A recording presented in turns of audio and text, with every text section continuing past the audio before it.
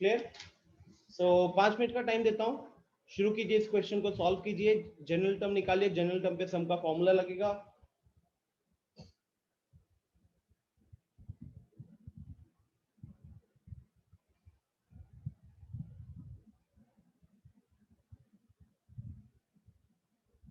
निधि जो क्वेश्चन भेजे थे उसका सॉल्यूशन मैं आज बता देता हूँ, ठीक है? Okay sir.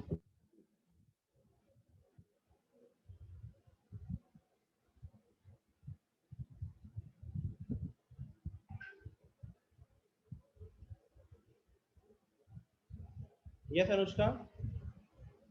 नो सर, गलती से हो गया।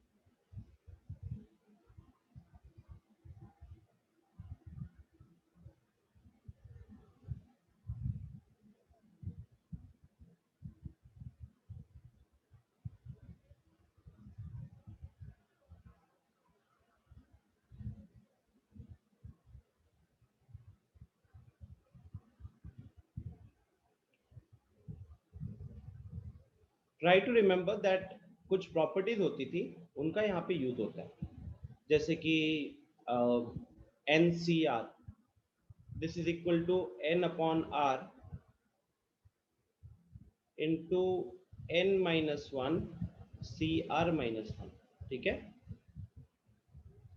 ये वाले प्रॉपर्टी का यहाँ पे यूज हो रहा होगा, आपको सोचना है कैसे।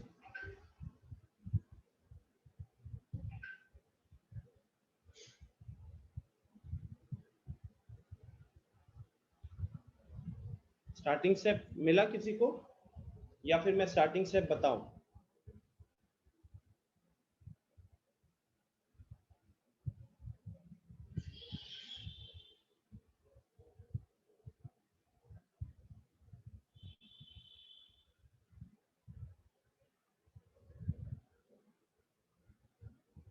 सर फर्स्ट स्टेप तो समझ में आ रहा है क्या करना है, लेकिन आगे नहीं समझ। जैसे कि यहाँ पे हम क्या करेंगे, सबसे पहले मान सकते हो कि R+1 को पहले अलग किया, कहने के लिए इस R को हम NCR के साथ रख रहे हैं, ठीक है? और ये R का वैल्यू 1 से लेके N तक जाएगा। अब यहाँ पे आपको ये पता है कि हमारी कोशिश क्या होती है, जब भी हम इस तरीके के समेशंस परफॉर्म करते हैं जहाँ पे बाइनोमियल कोफिशिएंट होते हैं, तो हमारा टारगेट होता है कि उस एक्सप्रेशन में हमें समेशन NCR पता है क्या होता है, 2 to the power n में आ जाएगा। लेकिन अगर उस NCR के साथ अगर कोई एक वेरिएबल लगा हुआ है, जैसे अभी फिलहाल हमें दिक्कत इस R के कारण हो रही है, तो हमारा टारगेट होता है कि कुछ प्रॉपर्टीज, कुछ फॉर्मूलाज को यूज करके हम उस R को रिमूव कर पाए, R को रिमूव कर पाए किसी तरीके से, राइट? तो अभी जैसे कि ये एक R फिलहाल मुझे दिख रहा है न्यूमरेटर में मल्टीप्लाइड है, ये NCR के साथ मल्टीप्लाइड है, तो ये जो प्रॉपर्टी मैंने ग्रीन कलर से लिखी हुई है, अगर मैं इस प्रॉपर्टी को यूज करता हूं यहाँ पे, अगर इस प्रॉपर्टी को हम अगले स्टेप में यहाँ पे यूज करते हैं तो क्या होगा? आई थिंक आपको समझ में आ रहा होगा कि NCR की जगह पे हम लिखेंगे अगले स्टेप में N/R इंटू N-1 CR-1। तो N/R लिखने के कारण ये R एक दोनों कैंसिल हो जाएंगे, तो हमारे पास यहाँ पे क्या बचेगा, N बचेगा इंटू N-1 CR-1 बचेगा, ठीक है? ये जो एक्सपेंशन होता है गाइस, इसमें N कांस्टेंट होता है लेकिन R वेरिएबल होता है, ठीक है? तो उस हिसाब से अब हम अगले स्टेप में कह सकते हैं कि ये जो N है, ये जो N है ये अब बाहर आ जाएगा, ठीक है? ये N तो बाहर आ गया, लेकिन अब अंदर हमारे पास क्या बचेगा, हमारे पास बचेगा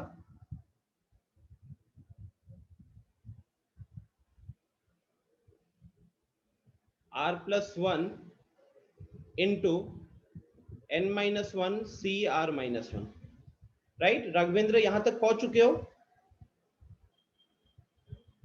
सर हम भी यस सर, यहाँ तक हो गया।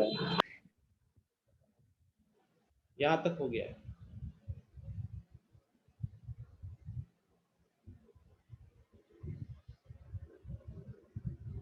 आनंद अभी उसी को देखो, मैनिपुलेशन, सिंपल मैनिपुलेशन दिया, वो कैसा मैनिपुलेशन करेंगे। आप लोगों को इतना फील तो आने लग गया होगा कि यहाँ पे c का सब्सक्रिप्ट है r-1, जबकि यहाँ क्या मल्टीप्लाई हो रहा है, r+1 मल्टीप्लाई हो रहा है। अगर यहाँ पे r-1 होता तो क्वेश्चन डन हो गया था। अगर r-1 होता यहाँ पे तो इस प्रॉपर्टी को, इस फॉर्मूला को, इस ग्रीन कलर से जो लिखा है इस फॉर्मूला को दोबारा एक बार यूज करते और हमारा काम हो जाता। But problem is instead of r-1 we have one r+1। तो क्या मैनिपुलेशन होगा, एनीवन बोलो। सर इसको r-1 + 3 करके लिख सकते हैं क्या? बिल्कुल लिख सकते हो, मतलब मेक श्योर करना कि वो r+1 ही रहे टोटल, और यही हमारा अप्रोच रहेगा। Very good Anand Raj.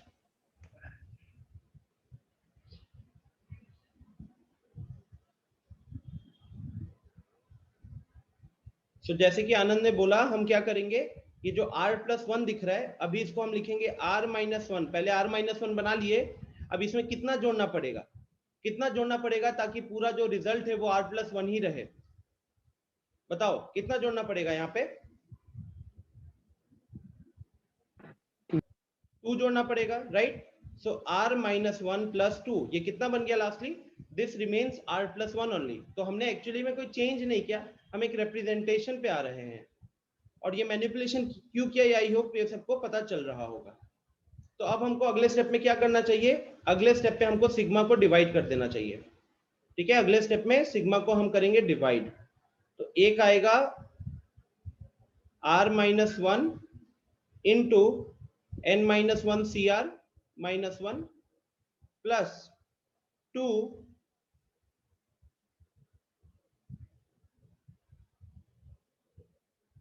Sigma को हम कर रहे हैं distribute, sorry not divide, distribute. तो 2 अपना कांस्टेंट है तो बाहर लेकर आ गए, summation n-1 c r-1, r का वैल्यू 1 से लेके n तक। बोलो समझ में आया यहां तक? अगर ये समझ में आ गया तो इसके बाद तो सॉल्यूशन अब बस फॉर्मेलिटी बचेगा। निधि, आदर्श, अंजन, बोलो यहां तक कोई दिक्कत? No sir.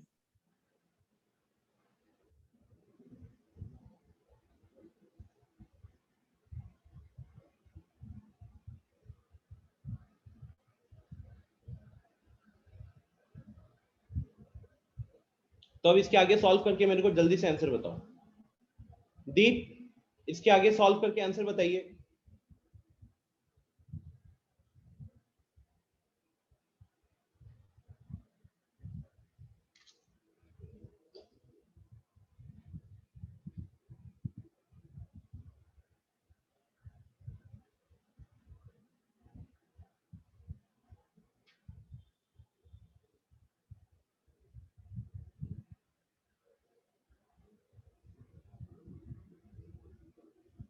ये सबसे ज्यादा इंपॉर्टेंट है, मैं बार बार इस पे फोकस कर रहा हूँ। 4-5 क्लासेस लगाई हमने कंप्लीटली इसके ऊपर। आपको इसके क्वेश्चंस को प्रैक्टिस करना होगा। ये एक ऐसी चीज है जिसमें फॉर्मूलाज बहुत लिमिटेड है।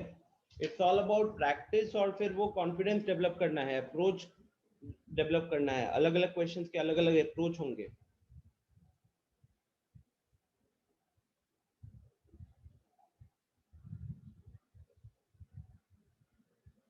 हाँ देख, ठीक है, जिन लोग को नहीं समझ में आया मैं एक बार दोबारा रिपीट कर रहा हूँ। मुझे ये इसका सम फाइंड आउट करना था, ठीक है, मुझे इसका सम फाइंड आउट करना था।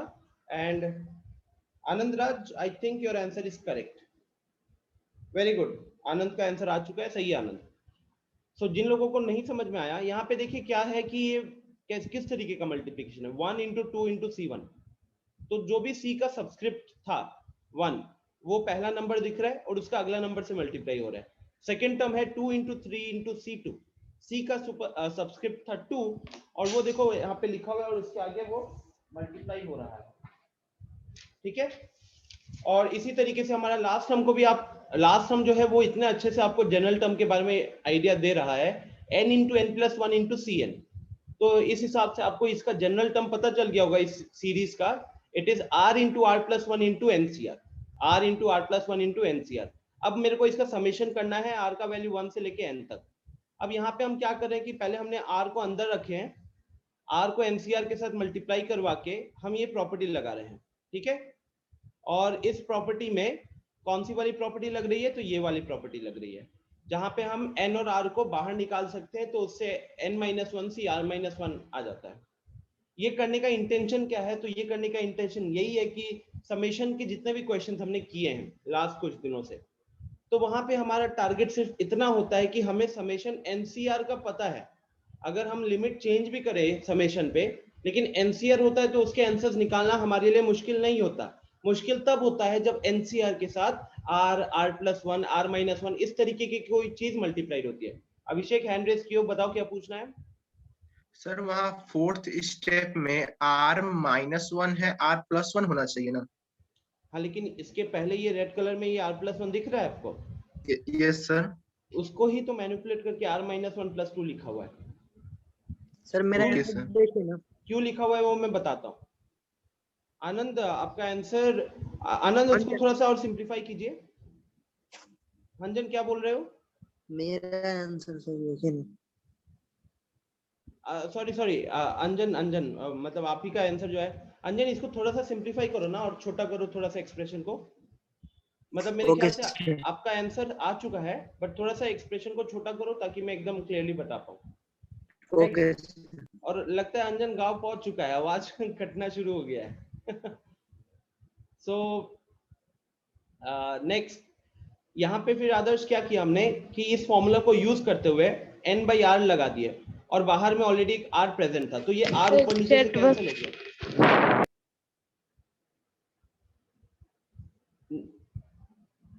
निधि गलत है, तो गलत है यहाँ पे। नहीं, ठीक है,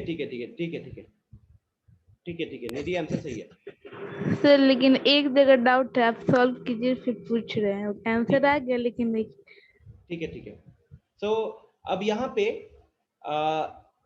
ये प्रॉपर्टी यूज करने के कारण क्या हुआ कि एक r से तो हमें छुटकारा मिल गया, और अभी वो जो n दिख रहा है, n यहाँ पे कांस्टेंट होता है, तो कांस्टेंट है तो समेशन में हम उसको बाहर कॉमन लेके बाहर निकाल देते हैं, तो ये n अगले स्टेप में बाहर लिखा गया। ठीक है, और अब हमारे पास किस चीज का समेशन है, तो अब हमारे पास n+1 into n-1 c r-1 का समेशन है। अब यहाँ पे आपको ये दिख रहा होगा कि पिछले वाले में क्या था कि c का सबस्क्रिप्ट था r, और यहाँ पे भी एक r मल्टीप्लाइड था, तो ये प्रॉपर्टी सीधा लगाए, n/r बाहर आया और हमारा काम हो गया था। लेकिन अब इस बार r-1 चाहिए था आपको, लेकिन वहां पे ब्रैकेट में r+1 मल्टीप्लाइड दिख रहा है, r+1 मल्टीप्लाइड दिख रहा है। तो हमने इसमें क्या मैनिपुलेशन लगाया कि हमने उसको r-1 में कन्वर्ट करने की कोशिश की। तो जब r+1 को आप r-1 में कन्वर्ट करने की कोशिश करोगे तो वो आएगा r-1 + 2। ठीक है, तो जिसमें से फिर हम अगले स्टेप में क्या किए कि हमने r-1 को अलग मल्टीप्लाई किया बाइनोमियल कोफिशिएंट के साथ, और 2 को अलग मल्टीप्लाई किया बाइनोमियल कोफिशिएंट के साथ, तो ये दो अलग अलग टर्म्स बन गए, और इन दोनों का हम अब, पहले ये एक टर्म था उस पे हमारा सम लगा हुआ था, उस पे हमारा लिमिट लगा हुआ था कि कहां से कहां तक सम करना है, उसको हमने दो टर्म्स में डिवाइड किया सेम लिमिट के साथ, अब हम वहां पे समेशन परफॉर्म करेंगे। ठीक है, सो इस हिसाब से आदर्श अब समझ में आ गया यहां तक।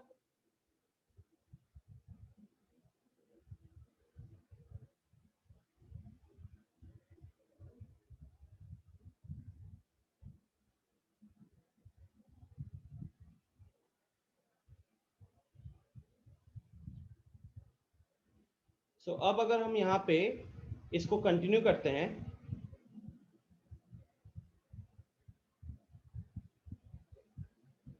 तो सेम प्रॉपर्टी हम फिर से लगाएंगे, और उस प्रॉपर्टी के कारण ये तो हमारा r-1 था, यहाँ पे दोबारा से हम वो फॉर्मूला लगाएंगे, तो जिससे n-1 डिवाइडेड बाई r-1 बाहर आ जाएगा, और ये बन जाएगा n-2 c r-2। और यहाँ पे तो हमारा ऑलरेडी इसका समेशन क्या होगा, तो अगर हम इसका वैल्यू पुट करना शुरू करें, 1 पुट करोगे r का जगह पे, तो ये n-1 c 0 होगा, फिर लास्ट टर्म है n पुट करेंगे तो ये n-1 c n-1, it means इसके एक्सपेंशन में जितने भी टर्म्स आने वाले थे सब टोटल सम आ गया, तो ये होता है हमारा 2 टू द पावर n-1, ये होता है हमारा 2 टू द पावर n-1। और यहाँ पे अगर आप देखोगे तो r-1 दोनों जगह से कैंसिल हो रहा है, r-1 दोनों जगह से कैंसिल हो रहा है, तो अब हमारे पास यहाँ बचा n-1, और अब बचेगा समेशन n-2 c r-2 का, तो this is going to be n into ये हमारा n-1 हुआ, और इसका समेशन जब परफॉर्म करेंगे, जब हम r का वैल्यू रखेंगे, सर यही पे था कि अगर R1 रखेंगे तो सर वहाँ निगेटिव आ जाएगा।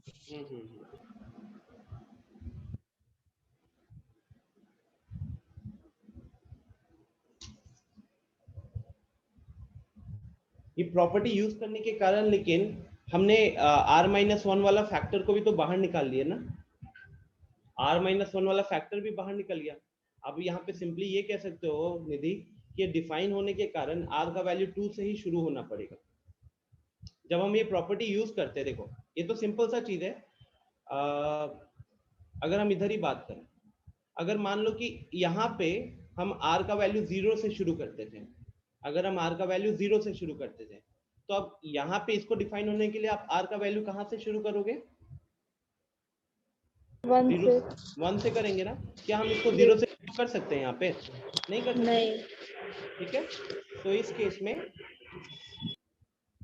ये कहने के लिए हमारा जो ये सम बनेगा, इस प्रॉपर्टी को लगाने के कारण ये जो कैंसिल हुआ, ये अब सम हो जाएगा आपका r इज इक्वल टू 2 से आएगा। ठीक है, r इज इक्वल टू 2 से आएगा, बस इतना। और यहाँ तो हमारा 2 टू द पावर n-2 हो रहा था, n-1 था, ये भी 2 टू द पावर 1 है, बेस सेम है, तो पावर्स ऐड हो जाएंगे, तो ये n-2 हो जाएगा। और इसके आगे यस तो केवल n बचेगा ना, -1 और +1 कैंसिल। कैंसिल हो जाएगा, ये तो n बचेगा।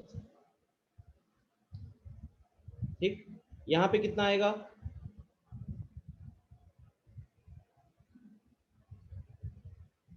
यहाँ पे r का वैल्यू 2 रखेंगे तो 0 हो रहा है, और r का वैल्यू n रखेंगे,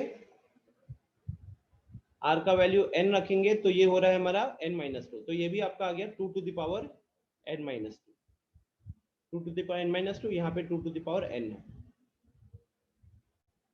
अब इधर अगर हम 2 to the power n common लेते हैं, क्योंकि इस टर्म में भी आपको 2 टू द पावर n दिख रहा है, यहाँ भी 2 टू द पावर n दिख रहा है, तो अगर हम 2 टू द पावर n को कॉमन लेते हैं और एक n पहले से ही बाहर मल्टीप्लाइड है, तो ब्रैकेट में यहाँ बच रहा है n-1, यहाँ पे आएगा 2 to the power -2, 2 to the power -2 plus 1।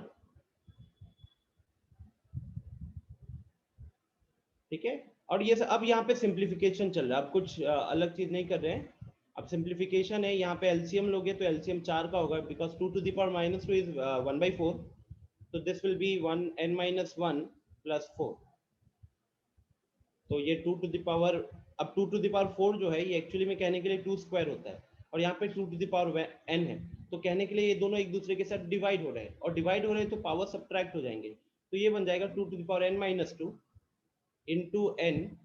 into n plus 3, and this will be my final answer for this question.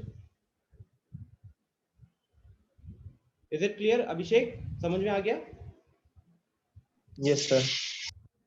And Raghavendra, I think वो -1 + 4 को आपने +5 लिख दिया था क्या? यस सर, समझ गया। ठीक है, done. So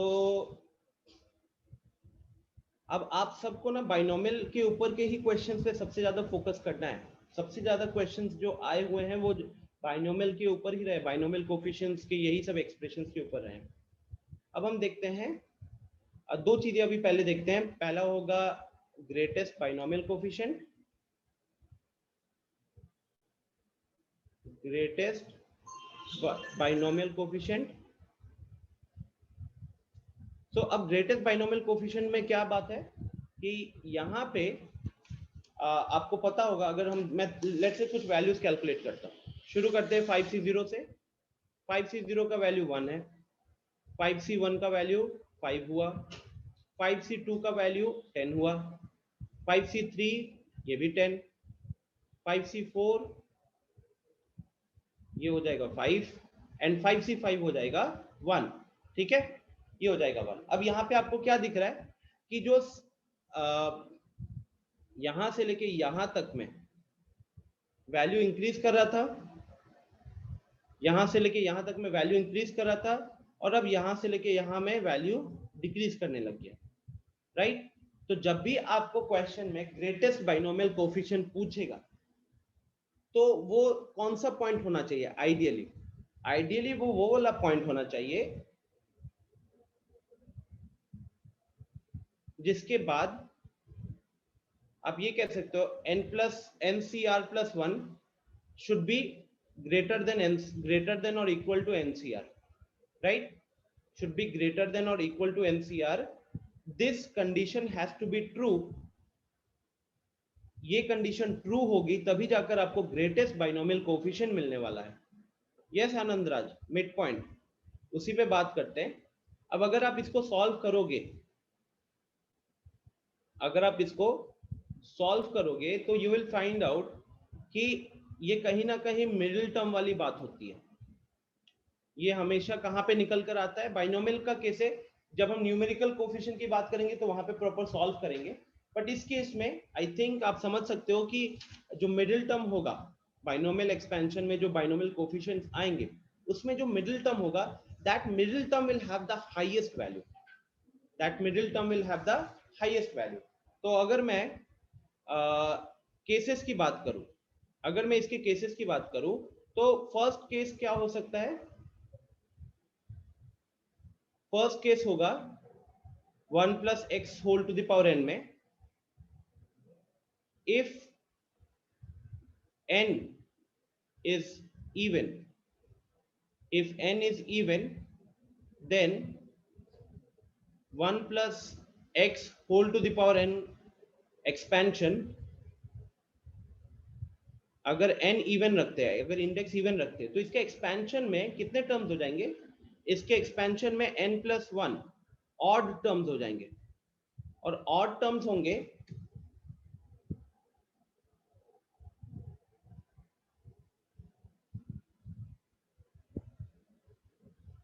and it will have exactly one middle term,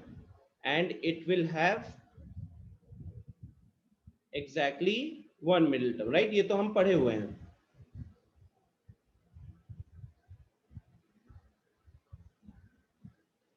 तो यहाँ पे सिंपल सी चीज है कि अगर इंडेक्स इवन है, नंबर ऑफ टर्म्स ऑड होगा।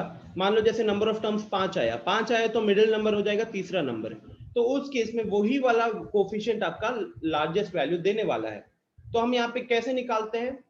याद है किसी को कैसे निकालते हैं हम लोग?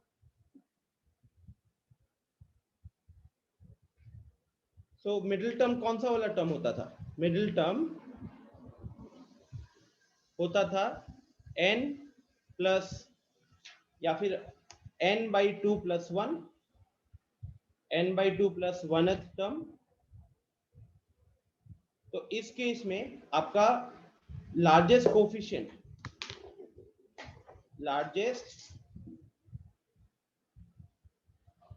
बाइनोमियल कोफिशिएंट ये होता है हमारा NC n/2 plus 1। बोलो, कोई दिक्कत है यहाँ पे किसी को? गाइस कोई दिक्कत है यहाँ पे?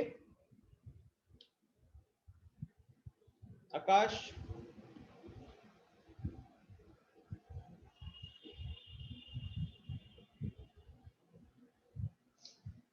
शिवम कोई दिक्कत? रोशन?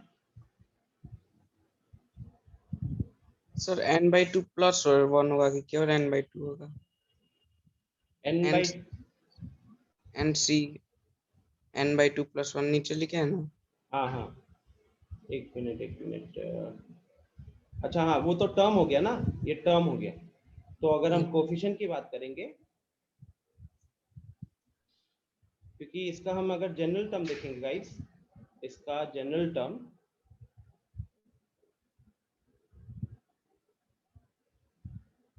इसका GT क्या होगा? इसका GT होगा NCR x to the power r, और ये हमारा कौन सा टर्म होता है? r plus 1th टर्म होता है। तो अगर ये r plus 1th टर्म होता है तो हम r के जगह पे अब क्या रखेंगे? n/2 रखेंगे, because r plus 1th term होता है। अब हमको चाहिए n/2 plus 1th टर्म, तो उस हिसाब से ये बनेगा NC n/2। ठीक है, हाँ बोलो आदर्श, क्या चीज पूछना है इसमें?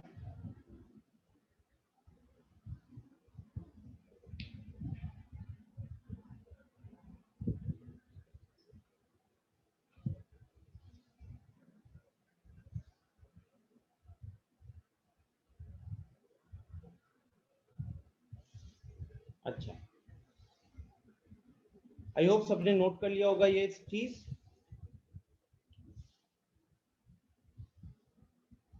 आपको ये लग रहा होगा कि सर आपने यहाँ पे ग्रेटर देन इक्वल टू क्यों लिखा हुआ है। तो जब ये नंबर ऑफ टर्म्स, एक्सपेंशन के नंबर ऑफ टर्म्स अगर ऑड होते हैं तो उस केस में ये कभी भी ट्रू नहीं होगा। लेकिन जब नंबर ऑफ टर्म्स इवन होते हैं एक्सपेंशन में, तो हमारे पास दो मिडिल टर्म होता है, राइट। हमारे पास दो मिडिल टर्म होता है। जैसे अभी आपके सामने ये जो केस दिख रहा है 5C2, कितने कोफिशिएंट है, 1 2 3 4 5 6 है। तो इसके कितने मिडिल टर्म्स हुए, इसके एक यहाँ पे मिडिल टर्म है और एक यहाँ पे मिडिल टर्म है, दो मिडिल टर्म है। और दोनों की वैल्यू देखो कितना आ रहा है, दोनों की वैल्यू भी यहाँ पे सेम है, राइट। और हमेशा होता है क्योंकि ये सिंपल सी प्रॉपर्टी चल रही होती है। बाइनोमियल के केस में हम कहते हैं कि जो terms equidistant from beginning and and have the same binomial coefficient, उनकी वैल्यू सेम होती है। तो यहाँ पे इसी लॉजिक से ये इनइक्वालिटी का जो साइन बना है ये ग्रेटर देन इक्वल टू बना है।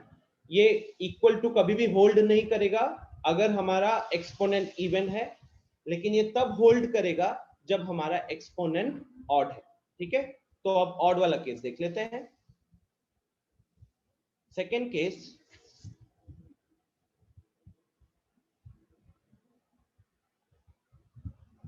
if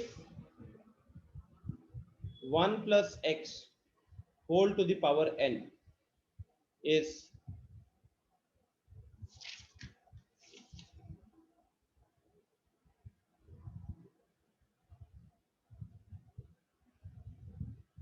in 1 plus x whole to the power n, if n is odd, अगर n हमारा odd हुआ, then its expansion will have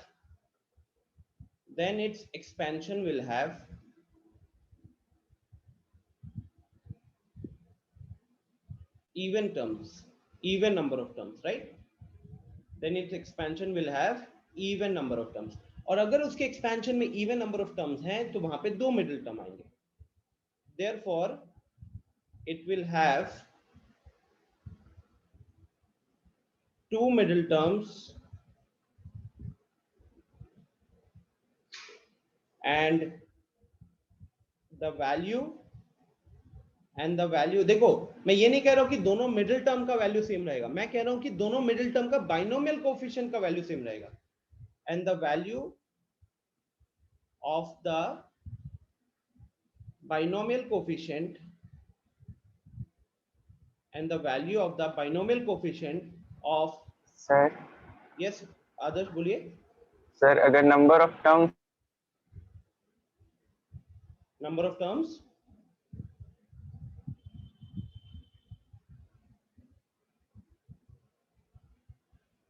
क्या कह रहे हो, बोलो।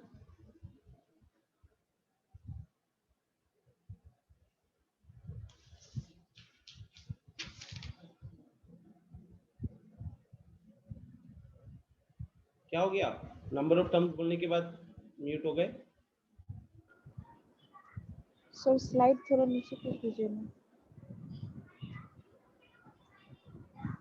यहाँ पे लिखा हुआ है कि इन 1 plus x to the power n, अगर इसमें अगर n ऑड होगा तो उसके एक्सपेंशन में इवन नंबर ऑफ टर्म्स होगा, राइट। और उस केस में जब इवन नंबर ऑफ टर्म्स होते हैं तो दो मिडिल टर्म होंगे, वहां पे दोनों मिडिल टर्म के जो बाइनोमियल कोएफिशिएंट की वैल्यू होगी वो सेम होगी।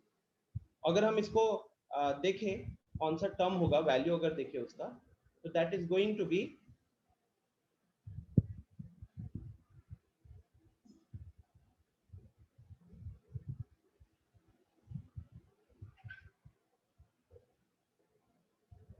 एक हो जाएगा हमारा n-1/2 और दूसरा हो जाएगा हमारा nc n+1/2। जैसे यहां अगर देखोगे मैंने क्या लिखा, वहां पे मैंने लिखा nc n-1/2 और एक जगह लिखा है nc n+1/2। इसको यहाँ पे पुट करके देख सकते हो। n का वैल्यू अगर हम 5 रखते हैं, ये देखो n का वैल्यू इधर 5 है ना, तो n का वैल्यू 5 रखोगे तो ये क्या हो जाएगा, 5 - 1 4, 4/2 2 हो गया। और यहाँ पे 5 + 1 6, 6/2 3 हो गया। तो वहां पे 5c2 है, यहाँ पे 5c3 है, ऊपर 5c2 नीचे 5c3, right.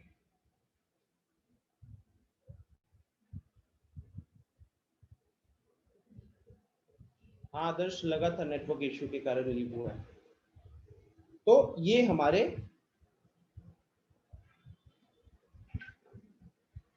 both will be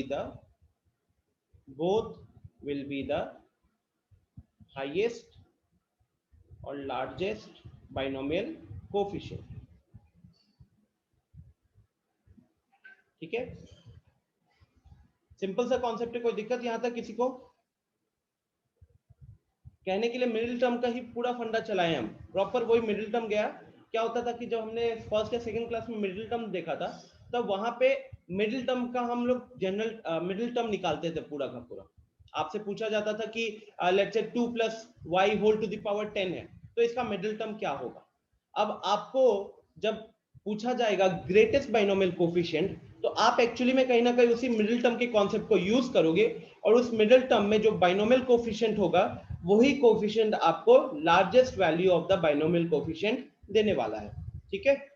तो ये होता है इजी वाला, ये था इजी वाला कॉन्सेप्ट। अब आते हैं हम लोग सर। हाँ सर उस टाइम पूछ रहे थे सर, जब नंबर ऑफ टर्म्स 2 हो सर, तो मिडिल टर्म क्या है? दोनों होंगे एक तरीके से, वही उस केस में दोनों होंगे, ओके ठीक है।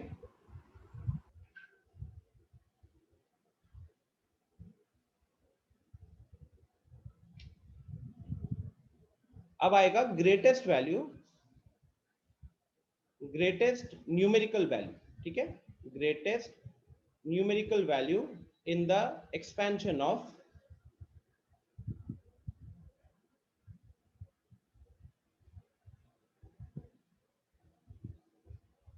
One plus x whole to the power n, या इसको x plus a whole to the power n करते हैं।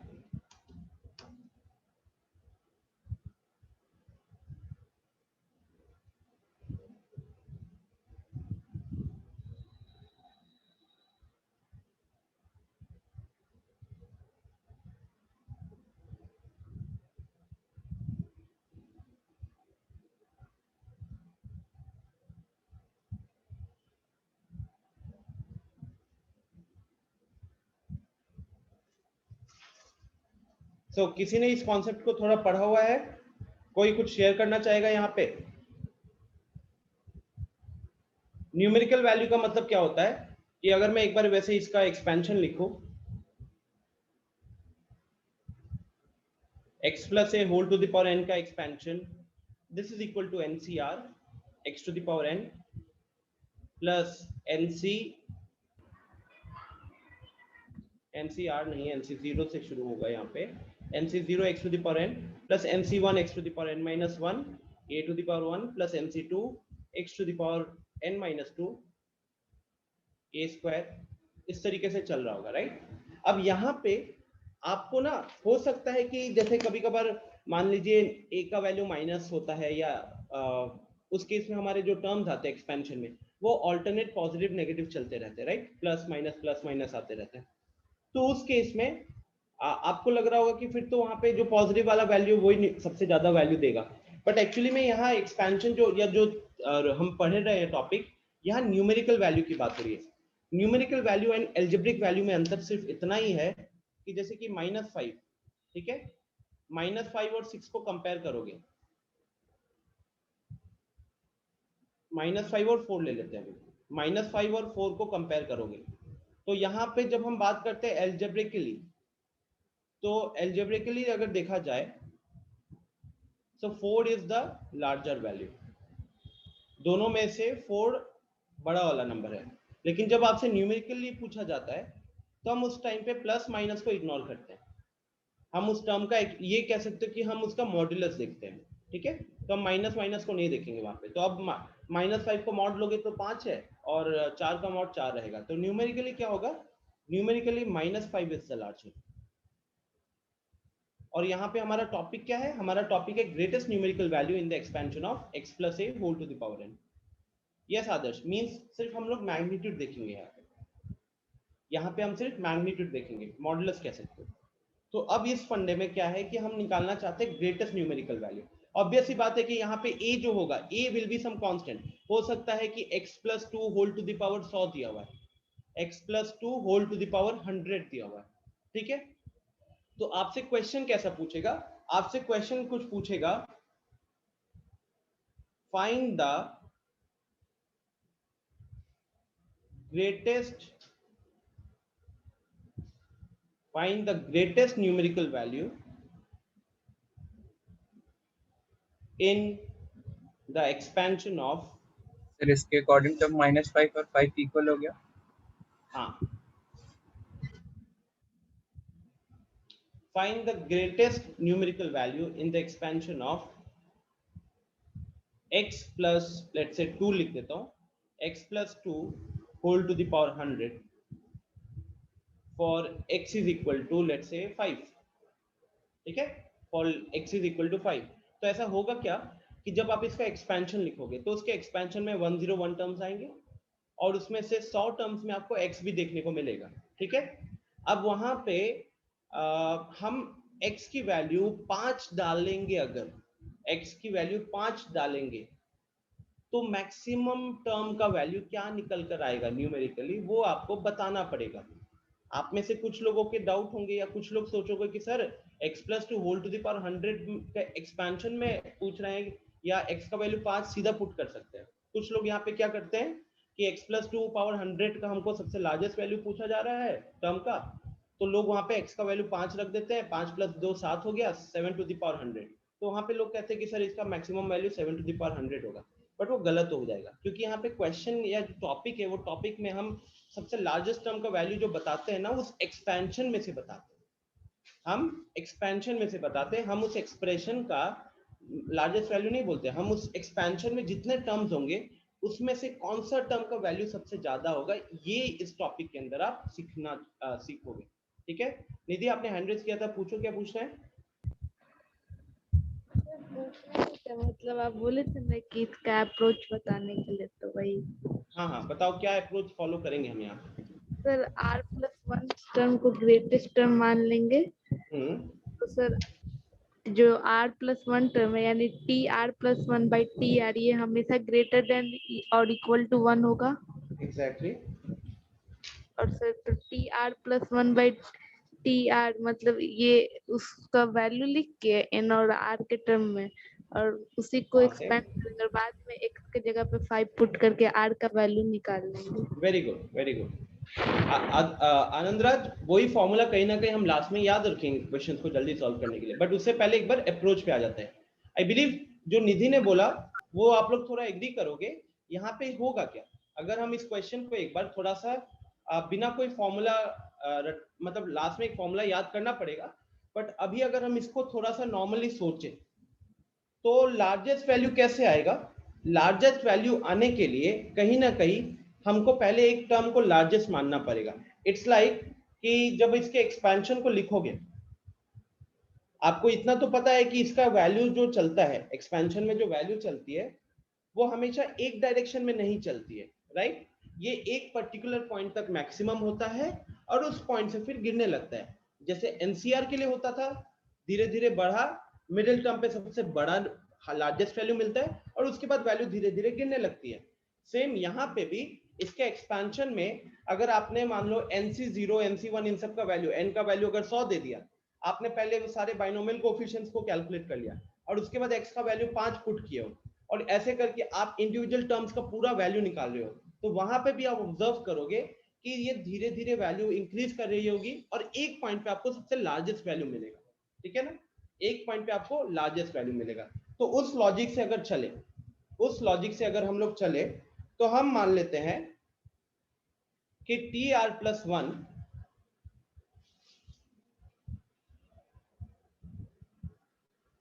यस आनंद, वही बताऊंगा अभी। तो यहां पे हम ये मानकर चलेंगे कि tr+1 has to be greater than or equal to tr, has to be greater than or equal to tr। मानते हो कि नहीं। अगर मैं जो चीज कह रहा हूं उसमें पूरा टर्म, पहले हम एनसीआर लास्ट वाला अगर स्लाइड देखोगे तो यहाँ पे मैं NCR plus 1 greater than equal to NCR लिखा था, क्योंकि तब हम greatest binomial coefficient find out करने में लगे हुए थे। यहाँ पे क्या है, हम ग्रेटेस्ट न्यूमेरिकल वैल्यू पे निकल गए हैं, तो अब हम टर्म, पूरा ओवरऑल टर्म को कंसीडर कर रहे हैं।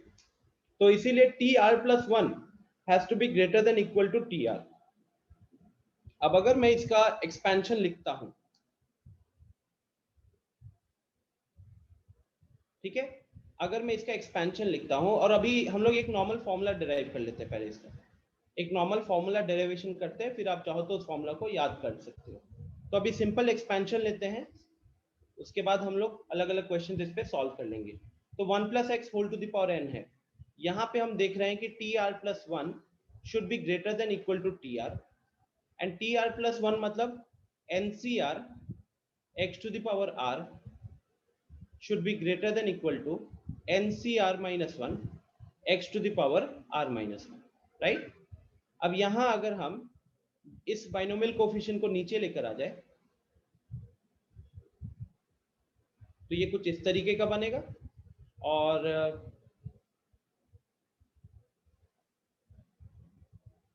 इसको देखोगे तो ये भी कहीं ना कहीं कैंसिल हो जाएगा। यहाँ पे हमारे पास क्या बचेगा, उस हिसाब से x बचेगा, राइट? वो r माइनस 1 r है, तो x बचेगा। तो NCR in divided by NCR minus 1 into x is greater than equal to 1। और अगर आप इसको देखते हो, this divided by this, the ratio of two corresponding binomial coefficient, इसकी वैल्यू निकालना हमें पता है, पढ़े हुए हम लोग। तो n minus r plus 1 upon r into x, this is greater than equal to 1, ठीक है। अब यहां से हमको क्या चीज की वैल्यू निकालनी होती है, कहीं ना कहीं अल्टीमेटली कहीं ना कहीं हमको r का वैल्यू निकालना है। तो सबको एक बार यहां से r की वैल्यू निकालो, सबको एक बार यहां से r का वैल्यू कैलकुलेट करो।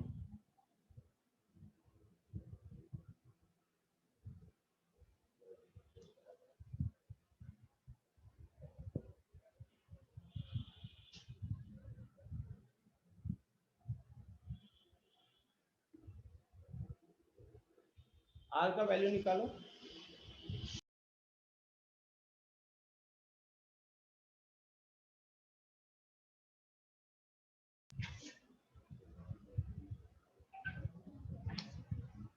कोशिश करो सबको यहाँ से r की वैल्यू निकालने के लिए, ताकि अगर कल को फॉर्मूला भूल जाते हो तो एक छोटा सा डेरिवेशन करके आप उस फॉर्मूला को निकाल पाओगे।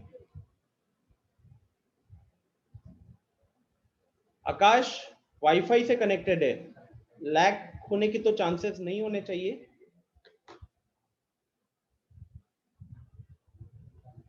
और अभी मैंने खुद को म्यूट रखा था कुछ सेकेंड के लिए।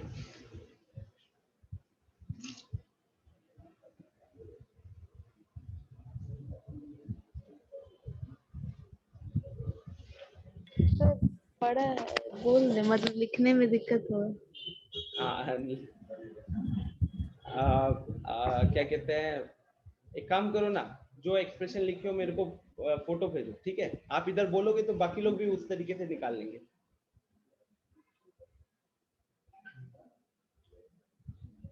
बाकी सब कोई अपनी अपनी कोशिश कर रहे हैं चैट में उस एक्सप्रेशन को लिखने का। शिवम ने कोशिश किया है, अभी आनंद कुमार ने कोशिश किया है।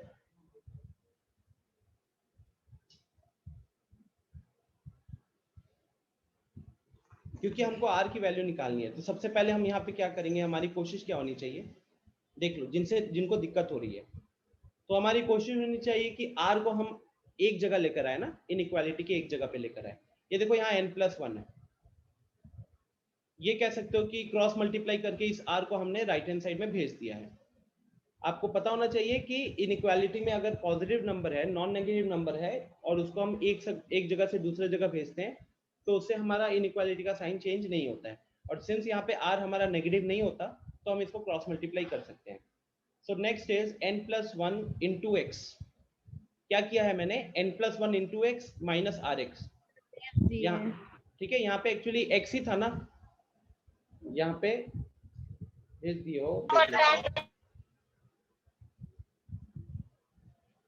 तो अब यहाँ अगले स्टेप में हमको क्या करना चाहिए, अगले स्टेप में n+1 x और इस rx को इधर भेज देते हैं, और यहाँ पे r को कॉमन ले लेंगे फिर। r को कॉमन ले लेंगे और उसको फिर नीचे भेज देंगे। तो ये हो जाएगा आपका n+1 divided by x+1 into x।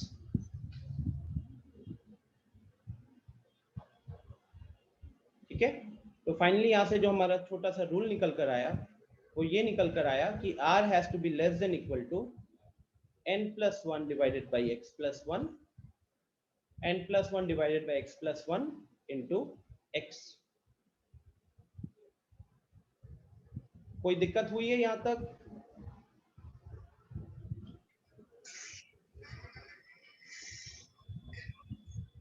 निधि का भी यही आया है, बाकी लोग समझ में आया ये? शिवम, आपने फाइनली यही लिखने की कोशिश की थी? देख के तो यही लग रहा है वैसे, xn plus x divide by 1 plus x. Sir बस एक इंटरवल के जगह इक्वल टू डाल दिए थे। हाँ कोई नहीं। सर स्लाइड ऊपर कर दीजिए ना।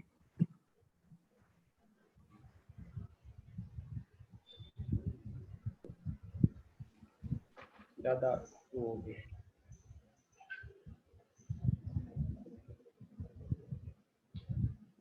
वेरी गुड आनंद कुमार, तब ठीक है।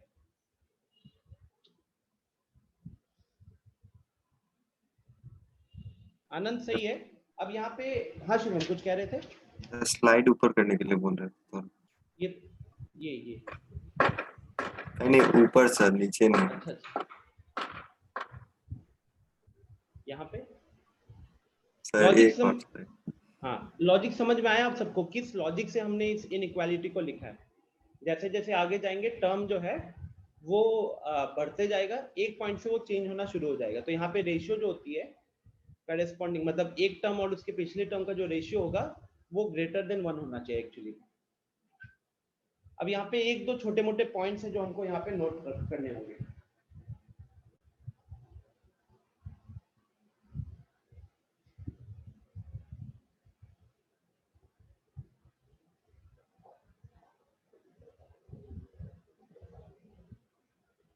सर ये formula 1 plus x to the power n के लिए है ना, x plus a to the power n के लिए नहीं ना? नहीं, x plus a to the power n के लिए नहीं होगा। आप उधर पे क्या लॉजिक लगा सकते हो वो भी बता देता हूँ। मान लीजिए निधि कि हमारे पास x plus a to the power n था, तो हम उसको ऐसे समझ सकते हैं अपने माइंड में। फिर हम एक a to the power n को कॉमन ले लेंगे, तो ये क्या बन जाएगा 1 plus x by a whole to the power n, right. तो अब आपका फॉर्मूला में क्या होगा? अब आपका फॉर्मूला में ये कहने के लिए an एक तरीके से मल्टीप्लाइड रहेगा और जहां भी x दिख रहा है वो x बाई a बन जाएगा। जहां भी x दिख रहा है वो x बाई a बन जाएगा। और instead of remembering it as a formula ना, इट्स बेटर कि आप इस छोटे से डेरिवेशन को याद रखो, क्योंकि इस डेरिवेशन में कोई प्रोसेस है सच, कोई हेक्टिक प्रोसेस नहीं है। उस फॉर्मूला में क्या है कि लोग कंफ्यूज हो जाते हैं, बहुत बार कंफ्यूज हो जाते हैं। ऊपर कहीं पे वैल्यू किसी को मॉड लगाना कोई भूल जाता है, कोई इधर उधर हो जाता है। तो इट्स बेटर कि आप इस छोटा सा रीजन को याद रखो और खुद से वहां से सॉल्व कर लो। इनफैक्ट एक दो क्वेश्चन करते हैं तो आपको और ज्यादा क्लियर हो जाएगा। नोटिस कीजिएगा कि अगर आपको क्वेश्चन में x का वैल्यू 5 दिया है तो हम सीधा 5 पुट कर सकते हैं, लेकिन अगर क्वेश्चन में x का वैल्यू -5 दिया होगा, अगर क्वेश्चन में x का वैल्यू -5 दिया होगा तो उस केस में आपको मॉड लगाना पड़ेगा। ठीक है, उस केस में आपको मॉड लगाना पड़ेगा।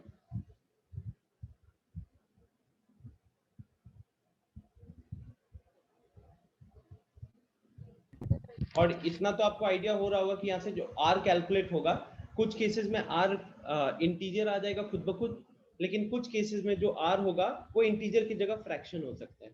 तो उस केस में आपको उसका इंटीग्रल पार्ट लेना होगा। उस केस में आपको इंटीग्रल पार्ट लेना होगा, ठीक है ना। तो अगर मैं इसको बॉक्स में डालूं, ये पता है आपको ये इंटीग्रल पार्ट का साइन होता है, सो n+1 divided by x+1 into x, इसका इंटीग्रल पार्ट। एक क्वेश्चन करते हैं इसके ऊपर, सेम लॉजिक के ऊपर, ताकि आपको थोड़ा सा क्लैरिटी मिले। उसके बाद एक दो पॉइंट्स पे फिर और देख लेंगे। अभी फिलहाल के लिए find the greatest term, expression लिख देता हूं। Find the greatest term in the expansion of √3 into greatest term की न्यूमेरिकल वैल्यू। ग्रेटेस्ट वही numerically greatest term √3 into 1 plus 1 by √3 whole to the power 20। इस एक्सपेंशन में सबसे बड़ा वैल्यू जो आएगा वो बताओ।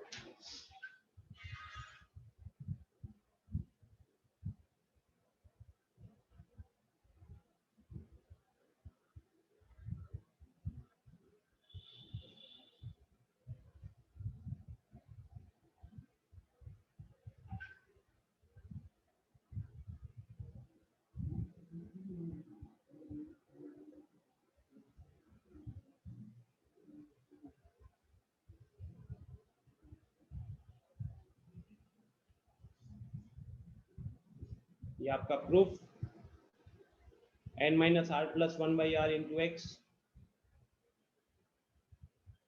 You can try to think about this step or this step।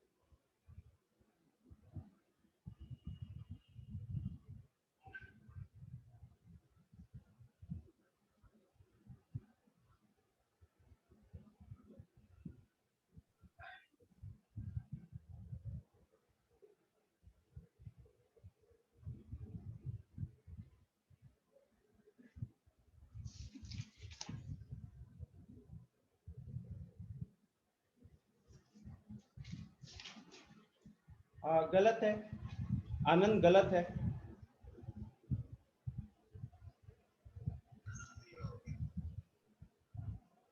Are का वैल्यू भी बता दोगे अगर स्टूडेंट्स तो भी काम हो जाएगा। आर का वैल्यू बता दो, पूरा टर्म का वैल्यू निकालने में टाइम वेस्ट नहीं करेंगे। आर का वैल्यू बताओ।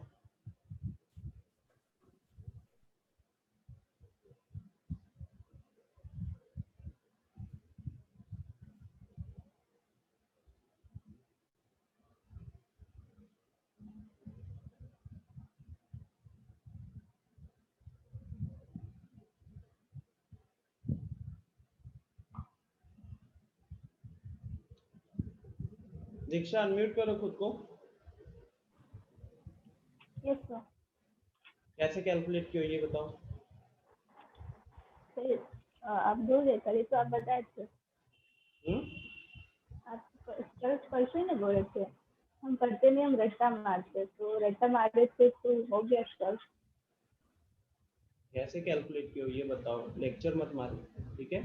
लेक्चर नहीं दे रहा। आपने वैल्यू बताया, मैं पूछ रहा हूँ कैसे कैलकुलेट किए हो।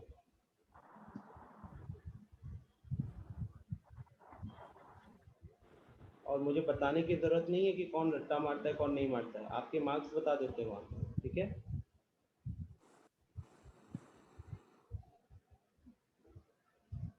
आनंद, निधि, आर की वैल्यू सही है।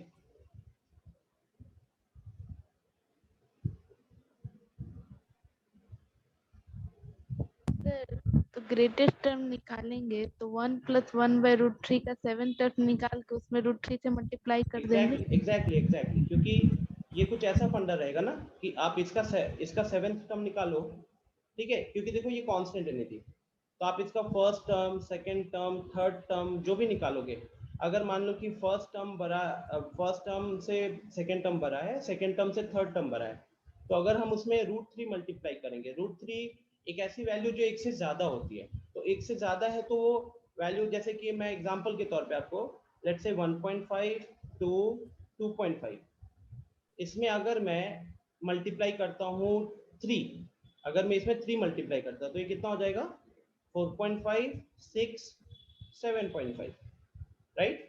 तो यहाँ क्या हो जाएगा, यहाँ पे सेम ऑर्डर अभी भी फॉलो कर रहा है, ठीक है ना। ये ऑर्डर कब फॉलो करता है, ये तब फॉलो करता है जब r का जो मल्टीप्लाई कर रहे हो वो मल्टीप्लाइंग वैल्यू 1 से ज्यादा हो। 1 से अगर कम होता है तो ऑर्डर में चेंज हो सकता है, ठीक है।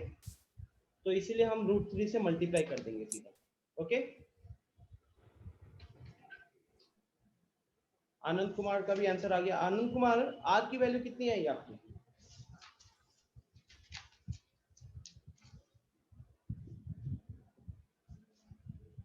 आनंद कुमार, r की वैल्यू कितनी आई है?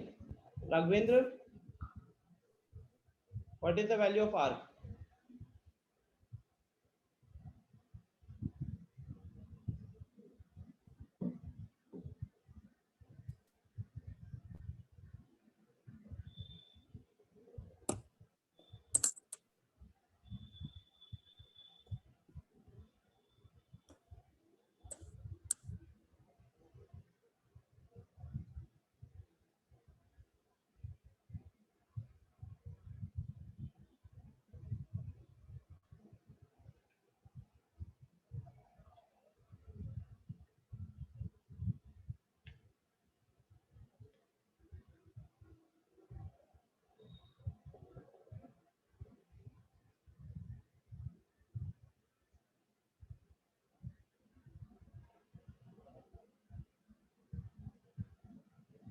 हाँ राघवेंद्र सही है।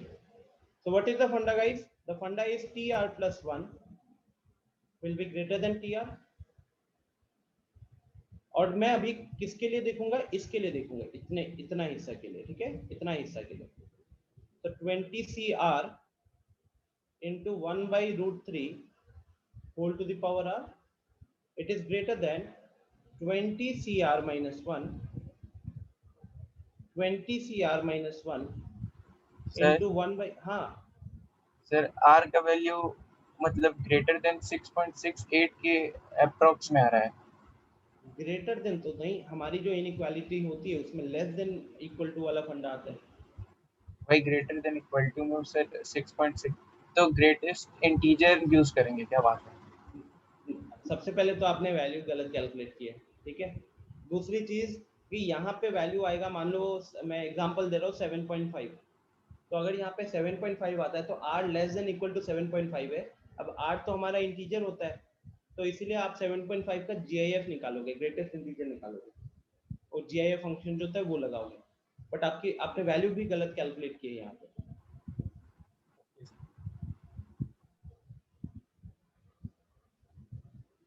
अच्छा एक क्या रख दिया मैंने, 1 by √3 whole to the power r minus 1।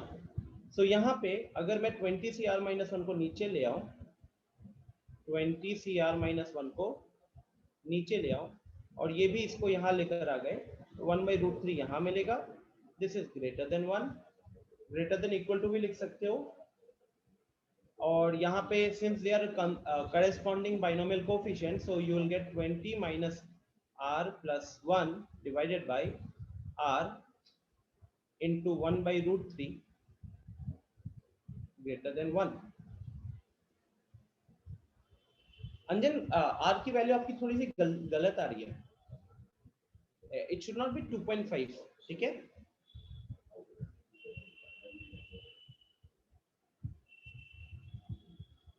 Raghavendra 20C3 तो नहीं होगा, 20C3 नहीं होगा। हाँ आदर्श, अब सही लिखियो, अब r की वैल्यू जो आप कैलकुलेट किए हो वो सही आ रही है।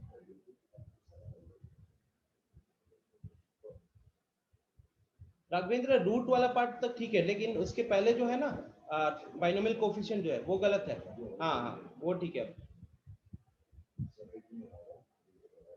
निधि, सेकेंड पार्ट में थोड़ी सी गलती लग रही है मेरे को, ठीक है। हाँ निधि ठीक है ये। सो आप इसको करोगे सिंप्लीफाई, जिस तरीके से हमने यहाँ पे डेरिवेशन में आए थे, आप चाहो तो यहाँ वैल्यू भी पुट कर सकते हो।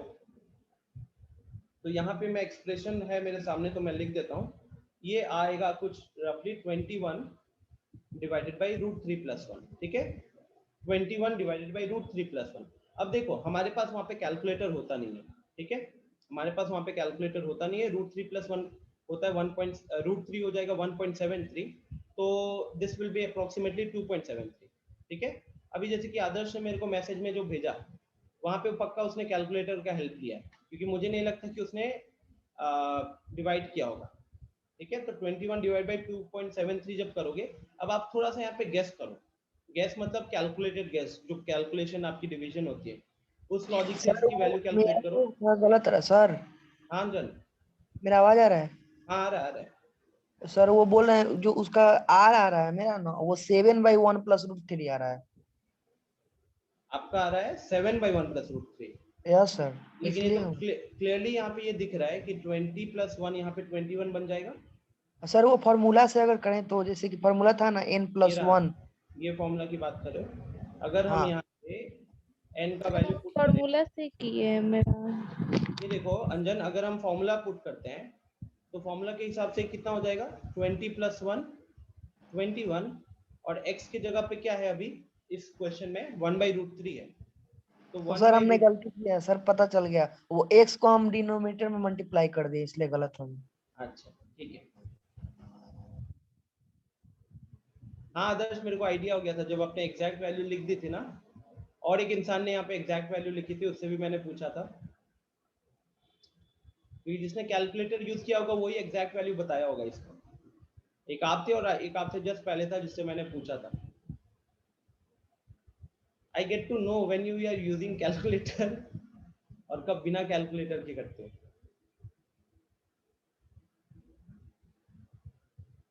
कोई कॉम्प्लिकेटेड नहीं था आदर्श, बिना कैलकुलेटर के सॉल्व करना शुरू करो, इजी ऑप्शन तो बहुत है, ठीक है।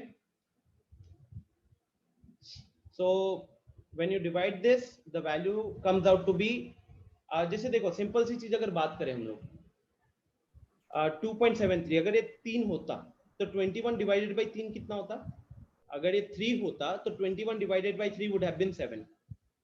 अगर ये 2.5 होता, अगर ये 2.5 होता तो इसकी वैल्यू कितनी होती, अगर आप मान लो कि एक्चुअल कैलकुलेशन नहीं करना चाहते, 21 डिवाइडेड बाई 2.5 इंटू 2 कर दो, इंटू 2 कर दो, कितना हो गया ये 42 डिवाइडेड बाई 5, 42 डिवाइड बाई 5 कितना हो गया 8.4, ठीक है। तो जब मैंने डिनोमिनेटर को 3 माना तो वैल्यू आई 7, जब मैंने वैल्यू डिनोमिनेटर को 8 कितना माना 2.5 तो आया 8.4। अब क्योंकि डिनोमिनेटर 2.5 से ज्यादा है, 3 से छोटा है, तो ये वैल्यू किसकी तरफ जा रही होगी, किसकी तरफ जा रही होगी, कहने के लिए तो हमारा डिनोमिनेटर जो है 2.73, it is exactly, you can say exactly between 2.5 to 3, 2.5 से 3 के एकदम बीच में आता है, तो हम और हमारा वैल्यू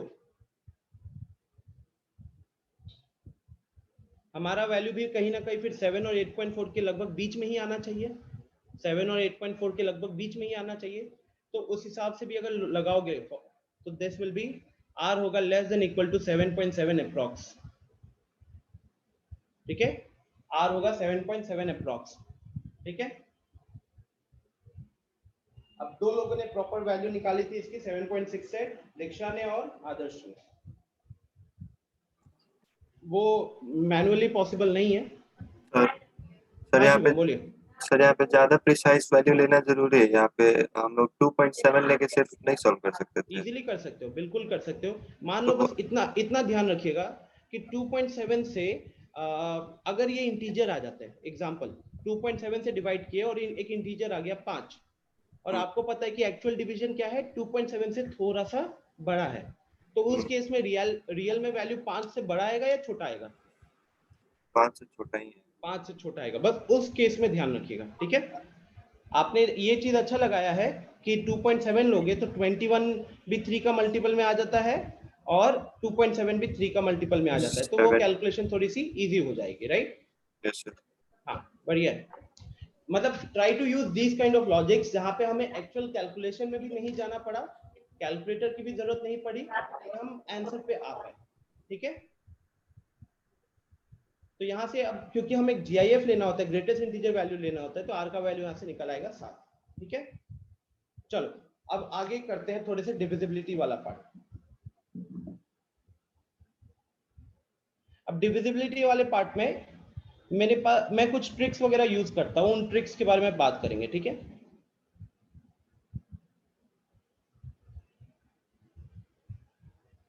तो सबसे पहले देखो रिमाइंडर के बारे में बात करें। जनरली आपको यहाँ पे क्वेश्चन मिलेंगे कि 7 to the power 1000, 7 to the power 1000 को 2 से डिवाइड कर दिया, रिमाइंडर क्या आएगा, ठीक है। 7 टू द पावर 1000 को 2 से डिवाइड कर दिया, रिमाइंडर क्या आएगा, 5 से डिवाइड कर दिया, रिमाइंडर क्या आएगा, एंड सो ऑन। तो इस तरीके के क्वेश्चंस को डील करने के दो तरीके, एक अभी मैं जो शॉर्टकट बताऊंगा ये अभी आपको इधर ये सब जेई वगैरह के बुक्स में नहीं मिलेगा, और दूसरा होता है बाइनोमियल। तो आज शॉर्टकट से देखते हैं और कल बाइनोमियल वाला देख लेंगे फिर। तो सबसे पहले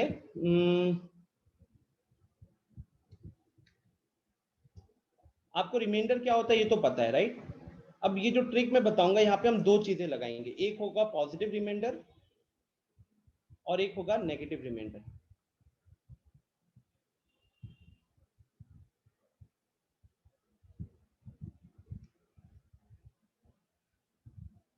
अब पॉजिटिव रिमाइंडर क्या होता है कि जब आप 7 को 5 से डिवाइड करते हो, 7 को जब 5 से डिवाइड करते हो और उसका हम रिमाइंडर निकालेंगे, तो हमारा फंडा एकदम क्लियर होता है।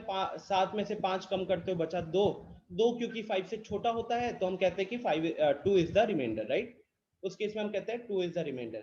यहाँ पे ये जो 2 होता है दिस इज कॉल्ड एज, हमारा जो टेक्निक होगा उसमें हम इसको पॉजिटिव रिमाइंडर बोलेंगे, ठीक है। नेक्स्ट,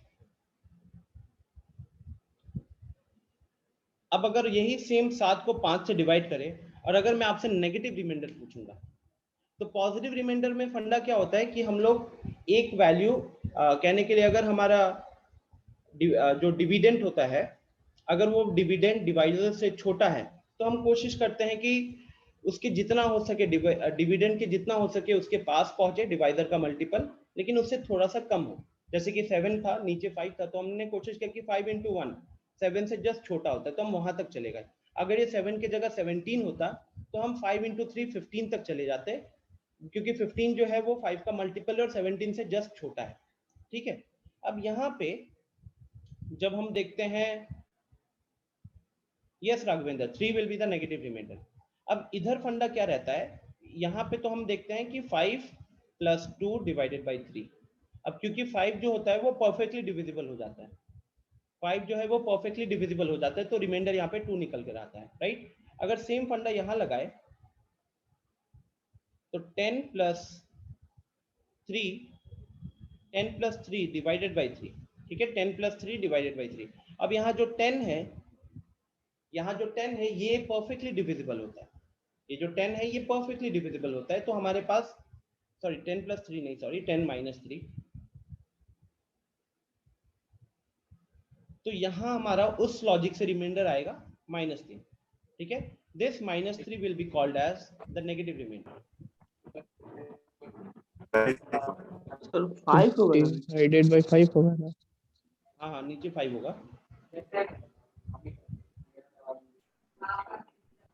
सर ऊपर वाले में पॉजिटिव रिमाइंडर, ठीक है। सो ये नेगेटिव रिमाइंडर हो गया। तो सिंपल सा फंडा आप देख सकते हो कि what is the difference between negative reminder and positive reminder. अगर आपने पॉजिटिव रिमाइंडर कैलकुलेट किया है, उसमें से डिवाइजर को सब्ट्रैक्ट कर दो। पॉजिटिव रिमाइंडर आपके पास अगर है, पीआर लिख देता हूं अभी शॉर्ट में, पीआर में से डिविजर को माइनस करो तो आपको वहां पे मिल जाएगा एनआर, नेगेटिव रिमाइंडर। जैसे यहाँ पे पॉजिटिव रिमाइंडर था 2, डिविजर था 5, 2 में से 5 को सब्ट्रैक्ट करो, आपको मिलेगा -3, वो हो गया आपका नेगेटिव रिमाइंडर। तो सिमिलरली अगर हमारे पास नेगेटिव रिमाइंडर है और हमारे पास डिविजर है, हम पॉजिटिव रिमाइंडर निकालना चाहते हैं, तो नेगेटिव रिमाइंडर में हम क्या करेंगे, डिवाइजर को ऐड करेंगे और पॉजिटिव रिमाइंडर निकल आएगा। सिंपल लॉजिकली, बिकॉज आपको जो भी यहाँ पे क्वेश्चन मिलेंगे वहाँ पे डिवाइजर जो होगा हमेशा एक पॉजिटिव नंबर होगा। तो अगर हमको पॉजिटिव रिमाइंडर से नेगेटिव रिमाइंडर की तरफ जाना है तो डिवाइजर सब्ट्रैक्ट होगा, और अगर नेगेटिव रिमाइंडर से पॉजिटिव रिमाइंडर की तरफ जाना है तो डिवाइजर ऐड होगा, ठीक है। अब देखो इसका, हाँ आदर्श बोलिए। जिसमें परफेक्टली डिवाइड हो जा रहा है, जिसमें रिमाइंडर 0 है, उसमें क्या होगा?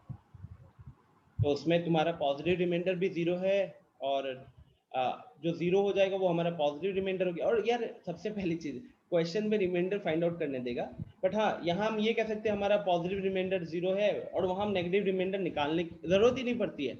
अगर आपसे सर क्वेश्चन 0 को पॉजिटिव रिमाइंडर क्यों कंसीडर कर रहे हैं? वो तो नहीं, यहाँ पे मतलब जरूरत पड़ेगी ही नहीं। जो आप क्वेश्चन पूछ रहे हो ना वो कहीं पे आएगा ही नहीं वो सिनेरियो। आपको क्वेश्चन मिलेगा 2 to the power 1000 को 7 से डिवाइड करते हैं, रिमाइंडर क्या होगा, ठीक है। अब अगर वो कंप्लीटली, और हमेशा आपसे क्वेश्चन में जब वो क्वेश्चन पूछेगा तो हमेशा बाय डिफॉल्ट वो रिमाइंडर ही पूछता है।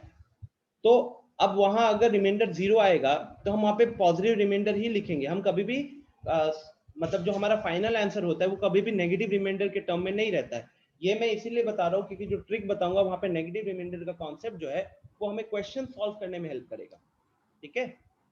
ओके। हाँ, सो अब देखो इसका है यूज कैसे आएगा।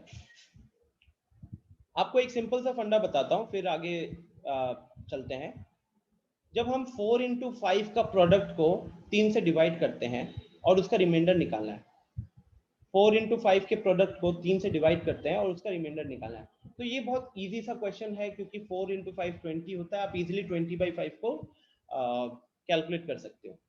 लेकिन जो ट्रिक है वो ट्रिक कहता है कि हम अगर चीजें मल्टीप्लिकेशन में है, अगर 3 नंबर्स मल्टीप्लिकेशन में है तो हम क्या करेंगे, इंडिविजुअल नंबर्स को डिवाइड करेंगे। जैसे 4 को डिवाइड कर लो 3 से, 5 को डिवाइड कर लो 3 से, और उसके इंडिविजुअल रिमाइंडर्स को कैलकुलेट करो। तो अगर जब आप 4 को 3 से डिवाइड करते हो तो रिमाइंडर 1 आता है, 5 को 3 से डिवाइड करते हो रिमाइंडर 2 आता है। तो आपका जो नेट रिमाइंडर होगा वो दोनों इंडिविजुअल रिमाइंडर्स का प्रोडक्ट होगा। आपका जो नेट रिमाइंडर होगा वो दोनों इंडिविजुअल प्रोडक्ट के रिमाइंडर्स, दोनों इंडिविजुअल रिमाइंडर्स के प्रोडक्ट के बराबर होगा, ठीक है। देखो इसका फायदा आपको बड़े वैल्यूज में कैसे मिलता है। लेट्स से मैंने यहाँ पे रखा 1956, लेट्स से 58 डालता हूँ, 1958 into 1959 डिवाइडेड बाई 19। तो अब मुझे 1958 into 1959 इन दोनों का प्रोडक्ट का रिमाइंडर निकालना है जब ये 19 से डिवाइड हो रहे होंगे। तो ये टेक्निक क्या कहती है, ये टेक्निक कहती है कि 1958 को आप 19 से डिवाइड करो, फिर 1959 को आप 19 से डिवाइड करो, दोनों के इंडिविजुअल रिमाइंडर्स को कैलकुलेट करो। अब ये मैंने नंबर बहुत इजी सा चूज किया हुआ है, भले ही आपको बड़ा नंबर दिख रहा हो बट मैंने 19 के मल्टीपल के बहुत पास रखा हुआ है इसको, ठीक है। 1958 को करोगे तो 19 कैंसिल हो गया, बचा 58, 19 3 57 होता है, तो यहाँ पे रिमाइंडर बचेगा 1। और इसका अगला नंबर है 1959, तो वहां पे रिमाइंडर बचेगा उस हिसाब से 2। तो मेरा 1 into 2 कितना हो गया, 2 हो गया। So this 2 will be my final remainder. This 2 will be my final remainder. ठीक है, सिंपल सा कॉन्सेप्ट है। अब इसको थोड़ा सा आगे बढ़ाते हैं। अगर मैं आपको 1956 into 1955 दूं, 1956 into, हाँ बोलिए शिवम। सर अभी 2 मिनट के लिए, 2 मिनट पहले का बता दीजिए ना, नेटवर्क कनेक्शन। अच्छा, इसी स्लाइड का बताना है ना सर। तो देखो यहाँ पे मैं कह रहा हूँ कि जब हमारे पास दो नंबर्स का प्रोडक्ट दिया है and that is divided by some other number और मुझे रिमाइंडर फाइंड आउट करना है, तो हमारा टेक्निक कहता है कि आप इंडिविजुअल नंबर्स को डिवाइड करो, रिमाइंडर निकालो और हमारा जो नेट रिमाइंडर होगा उसको मल्टीप्लाई करके निकाल सकते हो। तो जैसे यहाँ पे 4 into 5 था, दो नंबर से 4 और 5 मल्टीप्लाई हो रहे थे, तो हम क्या करेंगे, हम पहले 4 को 3 से डिवाइड करेंगे, वैल्यू निकालेंगे, फिर हम 5 को 3 से डिवाइड करेंगे, रिमाइंडर निकालेंगे, और फिर हम दोनों रिमाइंडर्स को मल्टीप्लाई करेंगे। तो यहाँ से 1 into 2 हमारा 2 आ गया। अब ये मैंने सिंपल सा क्वेश्चन लिया इस मेथड को समझाने के लिए। अगर ये बड़ा वैल्यूज आ जाता है जैसे 1958 into 1959 when this is divided bye 19, तो यहाँ हम क्या करेंगे, दोनों पे अलग अलग रिमाइंडर कैलकुलेट करेंगे। तो जब 1958 को 19 से डिवाइड करोगे आपको रिमाइंडर मिलेगा 1 और ये इसका अगला नंबर है तो यहाँ पे रिमाइंडर मिलेगा 2। तो ये हमारा 1 into 2 हो गया 2।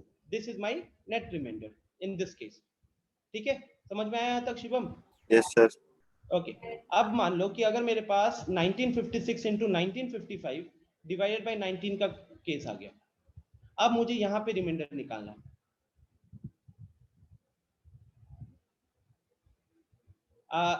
आदर्श ये समझा रहा हूं कि यहाँ पे जब भी ब्रैकेट के आगे r लिखा हुआ है ना, इट मींस कि we are actually finding the reminder. We are actually finding the remainder when 1958 is divided by 19. अब ये r ब्रैकेट 1959 by 19 का मतलब हुआ कि जब इसको इसे डिवाइड कर रहे हो तो रिमाइंडर क्या है मैं वो लिखूंगा अगले स्टेप में. ठीक है, जस्ट फॉर क्लैरिटी पर्पस. अगर मैं वो r नहीं लिखूंगा तो लोग सीधा साधा काटाकुटी शुरू कर देंगे. सो अब इस केस में if you follow the same process, if you follow the same process,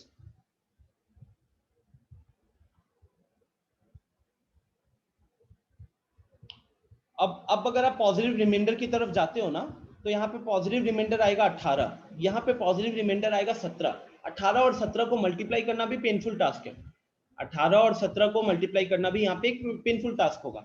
लेकिन अगर आप इस केस में, इस पर्टिकुलर क्वेश्चन में पॉजिटिव रिमाइंडर की जगह नेगेटिव रिमाइंडर का कॉन्सेप्ट लगाओगे, पॉजिटिव रिमाइंडर की जगह नेगेटिव रिमाइंडर का कॉन्सेप्ट लगाओगे तो आपका काम हो जाएगा आसान. जैसे कि 18 इंटू कितना था, ये 17 आया था ना. तो पॉजिटिव रिमाइंडर से नेगेटिव रिमाइंडर के लिए हम क्या करते हैं, हम डिवाइडर सब्ट्रैक्ट करते हैं. तो 18 में से 19 को सब्ट्रैक्ट करो तो यहाँ मिलेगा आपके पास -1, और 17 में से 19 को सब्ट्रैक्ट करो आपको मिलेगा -2. तो -1 इंटू -2 कितना हो गया, ये हो गया +2. -1 इंटू -2 हो गया +2. आ गया हमारा, क्योंकि हमारा पॉजिटिव वैल्यू आया तो यही मेरा पॉजिटिव रिमाइंडर हो जाएगा. और सर अगर एक पॉजिटिव हो गया और एक नेगेटिव हुआ तो? हाँ, वो एक केस ले लेते हैं ना. अभी मान लो कि इसी को बढ़ाते हैं 1956 इंटू 1955 इंटू 1954, ये हो गया डिवाइडेड बाय 90. अब यहाँ पे अगर हम नेगेटिव रिमाइंडर का फंडा लगाते हैं तो एक जगह पे है -1, एक जगह पे है -2, एक जगह पे आएगा -3. अब हमारा नेट कितना बन गया, नेट बन गया -6. -6 कौन सा रिमाइंडर है, नेगेटिव रिमाइंडर. क्वेश्चन में आपको क्या बताना होता है, पॉजिटिव रिमाइंडर. तो आप इसमें क्या करोगे राघवेंद्र, बस इसमें ऐड कर दो डिवाइजर. प्रोडक्ट नेगेटिव आया तो ये अभी नेगेटिव रिमाइंडर है, इसमें हमने डिवाइजर को ऐड कर दिया. -6 प्लस 19 करोगे तो कितना हो जाएगा, 13 हो जाएगा. तो 13 मेरा यहाँ पे पॉजिटिव रिमाइंडर आ जाएगा. ठीक है सर ये फर्स्ट वाला एक बार फिर से बताइए. इसमें क्या करेंगे निधि कि हमने पहले इंडिविजुअल टर्म्स को डिवाइड किया और हमने नेगेटिव रिमाइंडर्स चूज किया. क्यों नेगेटिव रिमाइंडर्स चूज किया, क्योंकि पॉजिटिव रिमाइंडर्स बहुत बड़े आ रहे थे तो उनको मल्टीप्लाई करना would have been a painful task. तो अपना काम आसान करने के लिए हम नेगेटिव रिमाइंडर्स की तरफ जा रहे हैं. तो जब 1956 को डिवाइड किया तो -1 आया, 1955 में -2 और 1954 में -3 आया. जब हम इन तीनों को मल्टीप्लाई करेंगे तो नेट प्रोडक्ट बन गया -6. -6 जो वैल्यू आया ना, ये -6 एक्चुअली में आपका नेगेटिव रिमाइंडर होगा. ये -6 एक्चुअली में आपका नेगेटिव रिमाइंडर होगा. क्वेश्चन में हमको निकालना होता है पॉजिटिव रिमाइंडर. तो हम क्या करेंगे, नेगेटिव रिमाइंडर में बस डिवाइजर को ऐड करेंगे और हमको पॉजिटिव रिमाइंडर मिल जाएगा. क्लियर है सर? यस आदर्श बोलिए. सर इसका भी कोई शॉर्ट ट्रिक है रिमाइंडर फाइंड करने का? कौन सा रिमाइंडर फाइंड आउट करने का? सर जैसे 1956 को 19 से डिवाइड किया है ना. नहीं, ये तो बेसिक कैलकुलेशन किया हो, इसमें कुछ नहीं है. अभी इसका हेल्प आएगा, इसका हेल्प आएगा. ठीक है, बाकी देख सकता हूँ कि अनुष्का, अभिषेक, अंजन, इन लोग के नहीं, नेगेटिव रिमाइंडर कभी नहीं पूछता अनुष्का. ये बस टेक्निक हमको सॉल्व करने में हेल्प करती है. हाँ निधि बोलिए. सर हम ये बोलते हैं 1956 को भी कोई ट्रिक से सॉल्व करना चाहे तो कर सकते हैं, बस उसको 2 पार्ट में ब्रेक. आवाज बहुत ब्रेक हो रही है, फिर से बोलिएगा. सर ये बोल लेते हैं कि अगर कोई 1956 या ऐसा कोई नंबर को करना चाहता, रिमाइंडर निकालना चाहता तो उसको 2 पार्ट में ब्रेक करके निकाल सकता है मल्टीप्लाई में, लेकिन वो भी लॉन्ग प्रोसेस हो जाएगा. हाँ, इनफैक्ट आप एडिशन में भी ब्रेक कर सकते हो, पता है. आप अगर चाहो तो इसको एडिशन में भी ले जा सकते हो. बट चलो अभी हमारे पास जनरली जो क्वेश्चंस होते हैं मल्टीप्लिकेशन वाले होते हैं तो हम उस पर काम करते हैं. ओके, एक क्वेश्चन और देता हूँ ताकि मुझे कंफर्म हो जाए कि आपको ये पता चल चुका है कैसे लगाना है.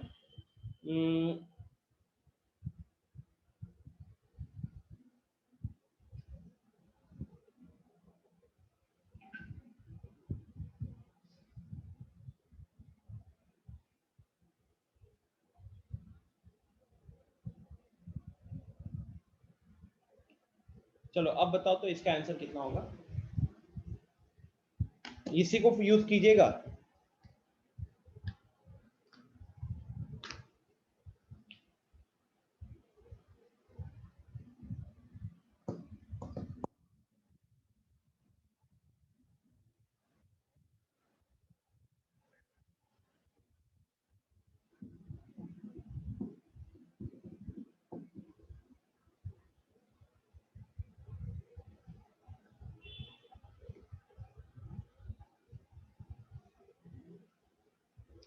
तो सिद्धांत और आनंद का आंसर आया है 5, अनुष्का का आंसर आया है 24। देखते हैं बाकी लोग क्या कैलकुलेट करके क्या आ रहा है।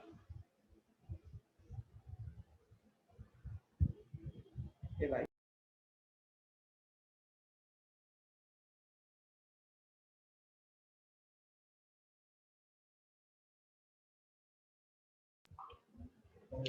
दीप और आकाश का भी 5 आया हुआ है।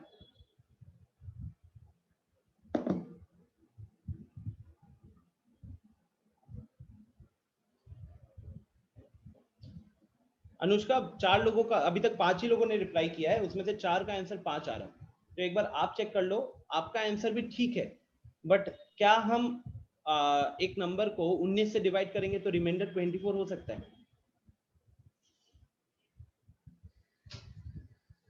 आदर्श का भी आंसर आ गया है, ठीक है, गुड। शिवम क्या होगा आंसर? और रोशन कोई रिस्पॉन्स ही नहीं है, किसी चीज में रिस्पॉन्स नहीं आ रहा आपका। हाय वाई हेलो यस सर समझ में आ गया, कुछ रिस्पॉन्स नहीं है। कहाँ जा चुके हो? चलो सबका आंसर आ रहा है तो इसको डिस्कस करते हैं। जब मैं 1956 को डिवाइड कर रहा हूं तो -1, जब मैं 1980 को डिवाइड कर रहा हूं, जब मैं 1980 को डिवाइड कर रहा हूं तो मेरा रिमाइंडर कितना होगा? मेरा रिमाइंडर है 4। और मैं जब 1951 को डिवाइड करूंगा तो यहाँ पॉजिटिव रिमाइंडर बड़ा है तो मैं नेगेटिव रिमाइंडर की तरफ जाता हूँ, तो वो आता है -6। तो मेरा नेट वैल्यू कितना हो गया? मेरा नेट वैल्यू हो गया 24। तो 24 अब रिमाइंडर नहीं हो सकता क्योंकि नंबर डिवाइड हो रहा था 19 से, 19 से डिवाइड हो रहा था 24 आया। तो हमको क्या करना पड़ेगा?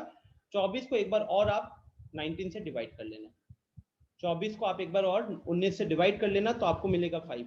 This 5 will be actually your final reminder, ठीक है ना? This 5 will be actually your final reminder. बोलो समझ में आया क्या?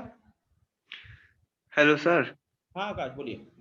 सर इसमें कहीं कहीं पॉजिटिव रिमाइंडर भी हो जा रहा है, नेगेटिव रिमाइंडर भी हो जा रहा है। ये कहीं ना कहीं कह सकते हो कि मेरे को मैंने ये डिसाइड किया कि 1456 के केस में पॉजिटिव रिमाइंडर 18 आ रहा था, बहुत बड़ा पॉजिटिव रिमाइंडर आ रहा था, जबकि नेगेटिव रिमाइंडर लेते तो 18 - 19 -1 होता। तो इसलिए मैंने वहां पे -19 लिखा। जब 1980 को 19 से डिवाइड किए तो रिमाइंडर पॉजिटिव रिमाइंडर 4 था, छोटा वैल्यू था तो हमने 4 ही को रहने दिया। फिर 1951 पे गए तो वहां पे पॉजिटिव रिमाइंडर आ रहा था 13।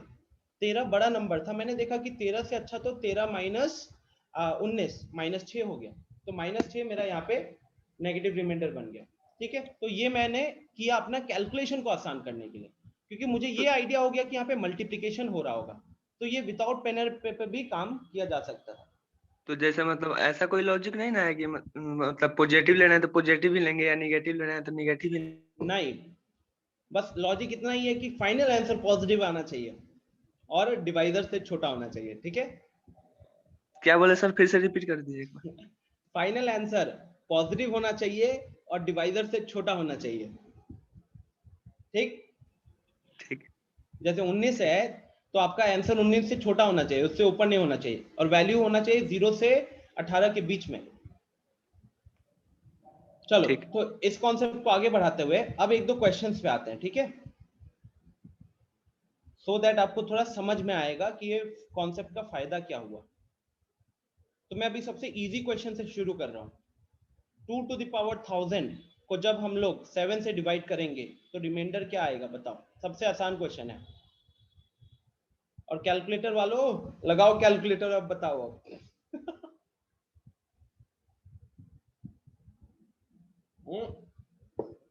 आदर्श, जेई में हम question without pen and paper नहीं करते, पेन और पेपर लगा लो, एनटीएससी नहीं है।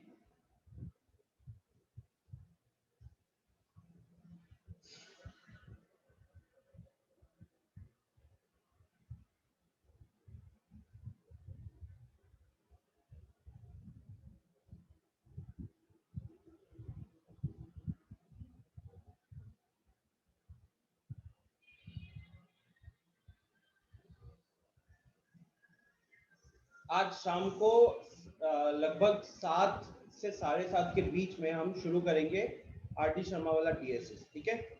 आपकी क्लास के बाद मेरा 3 से 6 क्लास है, 3 से 6 की क्लास के बाद लगभग 7 से 7:30 के बीच में हम डीएसएस शुरू करेंगे आरटी शर्मा वाला। कोशिश कीजिएगा कि अपना जो नोटबुक जहां पे आपने सॉल्व किया हुआ वो साथ में रखें, ठीक है।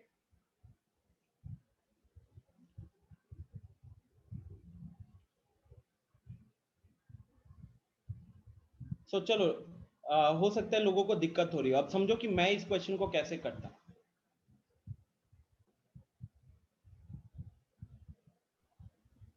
आकाश का आंसर आ रहा है 1। हाँ बोलिए।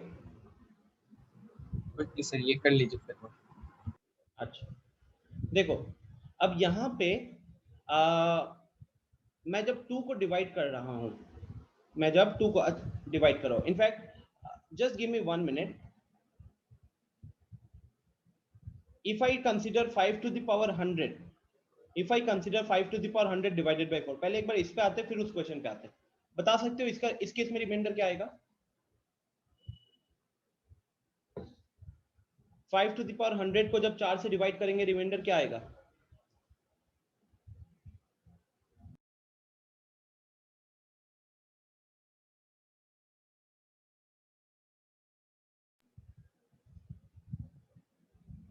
यस, इस केस में आंसर होगा 1।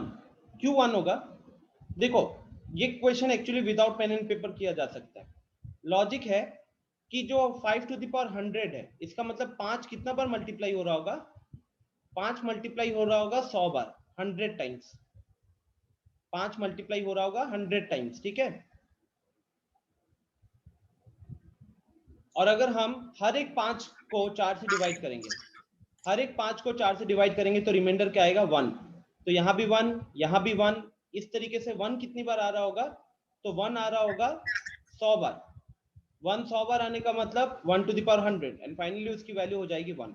तो इस क्वेश्चन का आंसर आ गया 1, ठीक है। नेक्स्ट क्वेश्चन आता हूं सिमिलर पैटर्न के ऊपर। 3 to the power 100 को अगर 4 से डिवाइड करेंगे तो रिमाइंडर क्या आएगा? एंड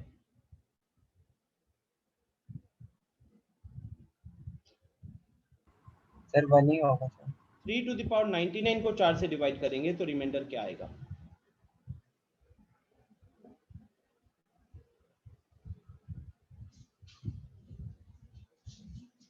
आनंदराज 4 नहीं होगा, 4 से डिवाइड कर रहे हैं तो अच्छा आप उसका कह रहे हो शायद। सबसे सर आंसर फाइनली रोशन का रिस्पांस आया है, बोलने के बाद जागा है सर। चैट बॉक्स, हाँ देख लिया चैट बॉक्स। एक आंसर लिखे नहीं, चैट बॉक्स शुरू कर देते हो। तो अंजन सेकंड वाला गलत किया। ओके सो सबका आंसर सही आ रहा है, वेरी गुड। तो यहाँ पे फंडा क्या है? When you divide 3 by 4 the positive reminder is 3। जब हम एक 3 को 4 से डिवाइड करते हैं पॉजिटिव रिमाइंडर आता है 3, लेकिन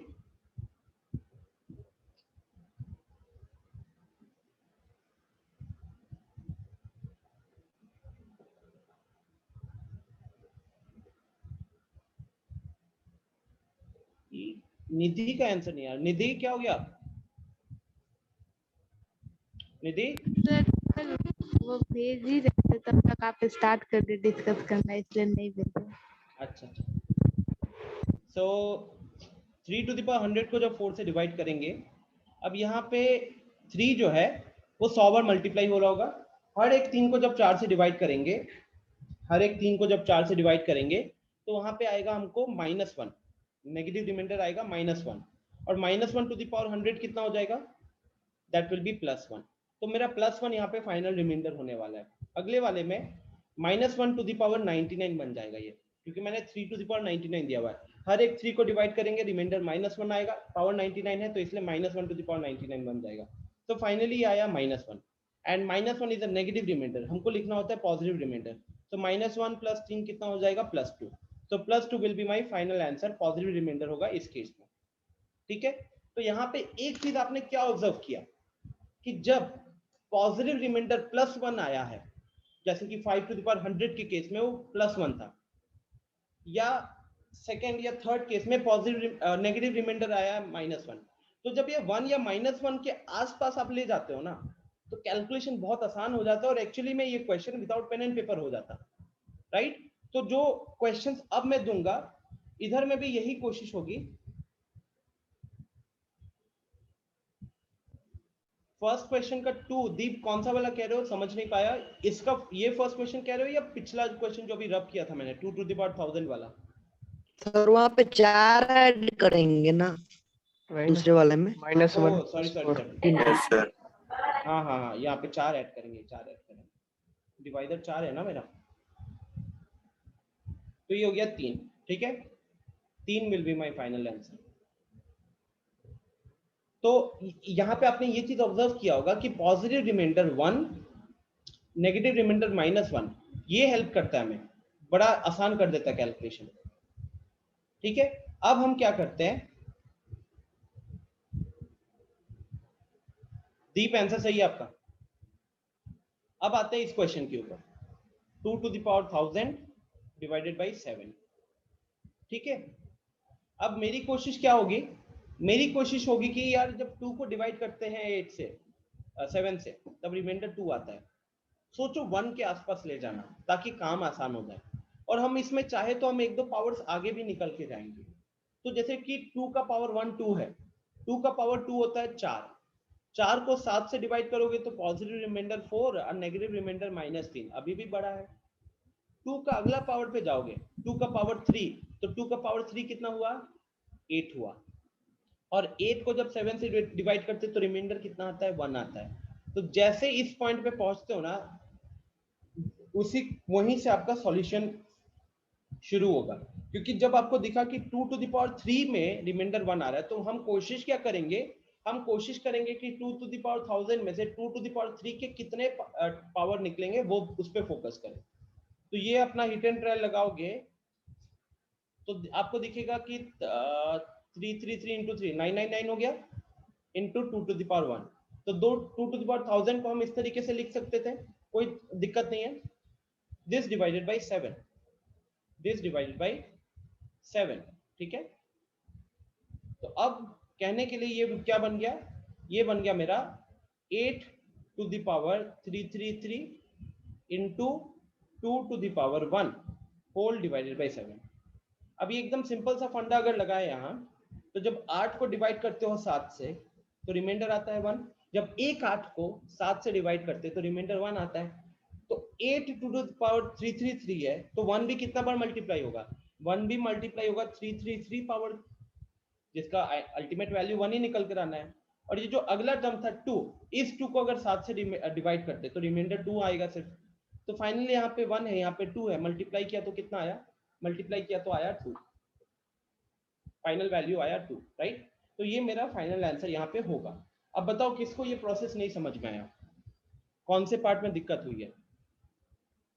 सर बस थोड़ा कंफ्यूजन है ना कि सर नेगेटिव रिमाइंडर हो तो डिवीजर ऐड होता है, और जब पॉजिटिव रिमाइंडर, ऐसे सोचो ना, आपको नेगेटिव से पॉजिटिव जाना है तो आप चीज ऐड करोगे या सब्ट्रैक्ट करोगे?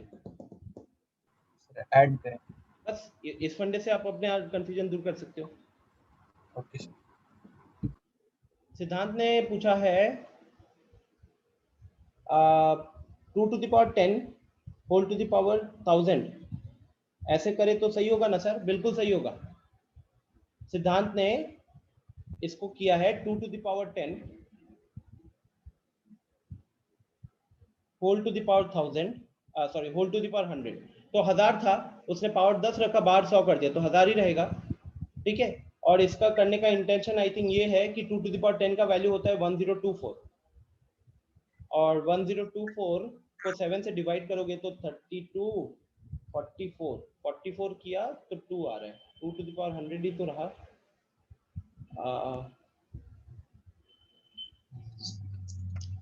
सिद्धांत इससे कोई फायदा हुआ, मतलब कैलकुलेशन में कैसे फायदा हुआ?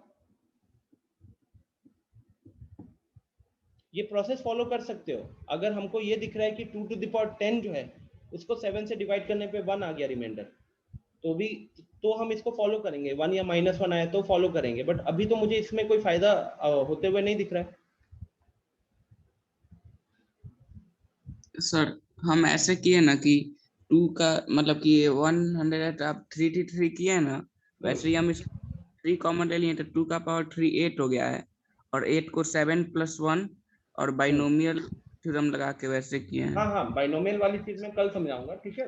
अल्टीमेटली फंडा तो वही है, समझ रहे हो। बाइनोमियल भी आपको क्या कहता है, 1 + समथिंग लिखो, ठीक है।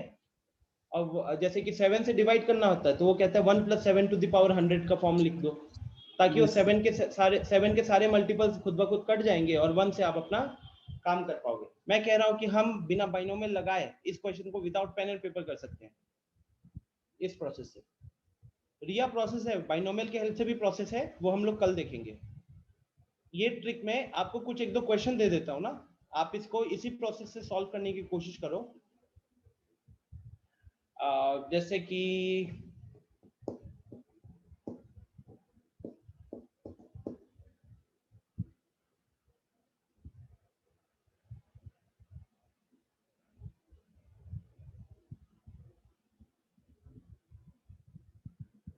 ये देखो, ये तो आई थिंक बहुत इजीली अब आप समझ पा रहे होगे।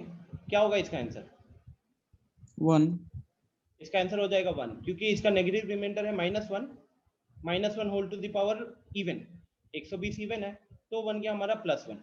ये इसका फायदा है, इतना जल्दी कोई आंसर कर पा रहा है कि नहीं।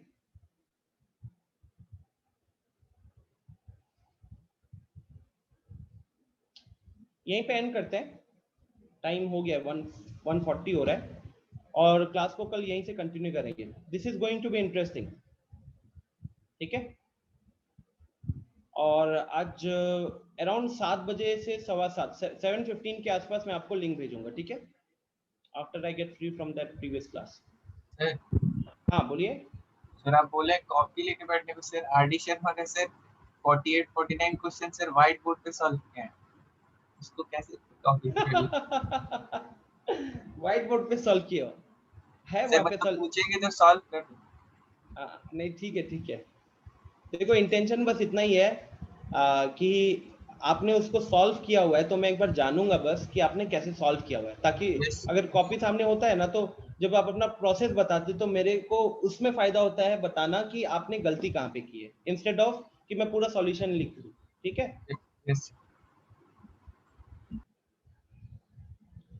हाँ आकाश, पीडीएफ अभी भेज दूंगा। कल वाला पीडीएफ नहीं भेजा था क्या मैंने? कल वाला वीडियो का लिंक भी भेज दीजिएगा ना, मेरा नेटवर्क इशू था, नहीं क्लास के। ठीक है पीडीएफ कल वाला मैंने भेजा हुआ है शायद, हाँ चेक कर लेना, नहीं भेजा होगा तो एक बार बता देना। ये तो अभी भेज देता हूँ। You welcome Anand. सर आपको व्हाट्सएप पे भेजे वो बता दीजिए। हाँ वो मैं बता दूंगा, सर अभी एक मॉडल का पार्ट फोटो खींच के भेजे है, प्रिकली ग्रेटेस्ट टर्म का, वो थोड़ा समझा दीजिए। अच्छा, तो मेरे को शाम को पूछ लेना ना, मैं अब थोड़ा सा यहाँ से फ्री होता हूँ, 3 बजे की क्लास है, थोड़ा उसके लिए पीपीटी वगैरह बनानी है, ठीक है।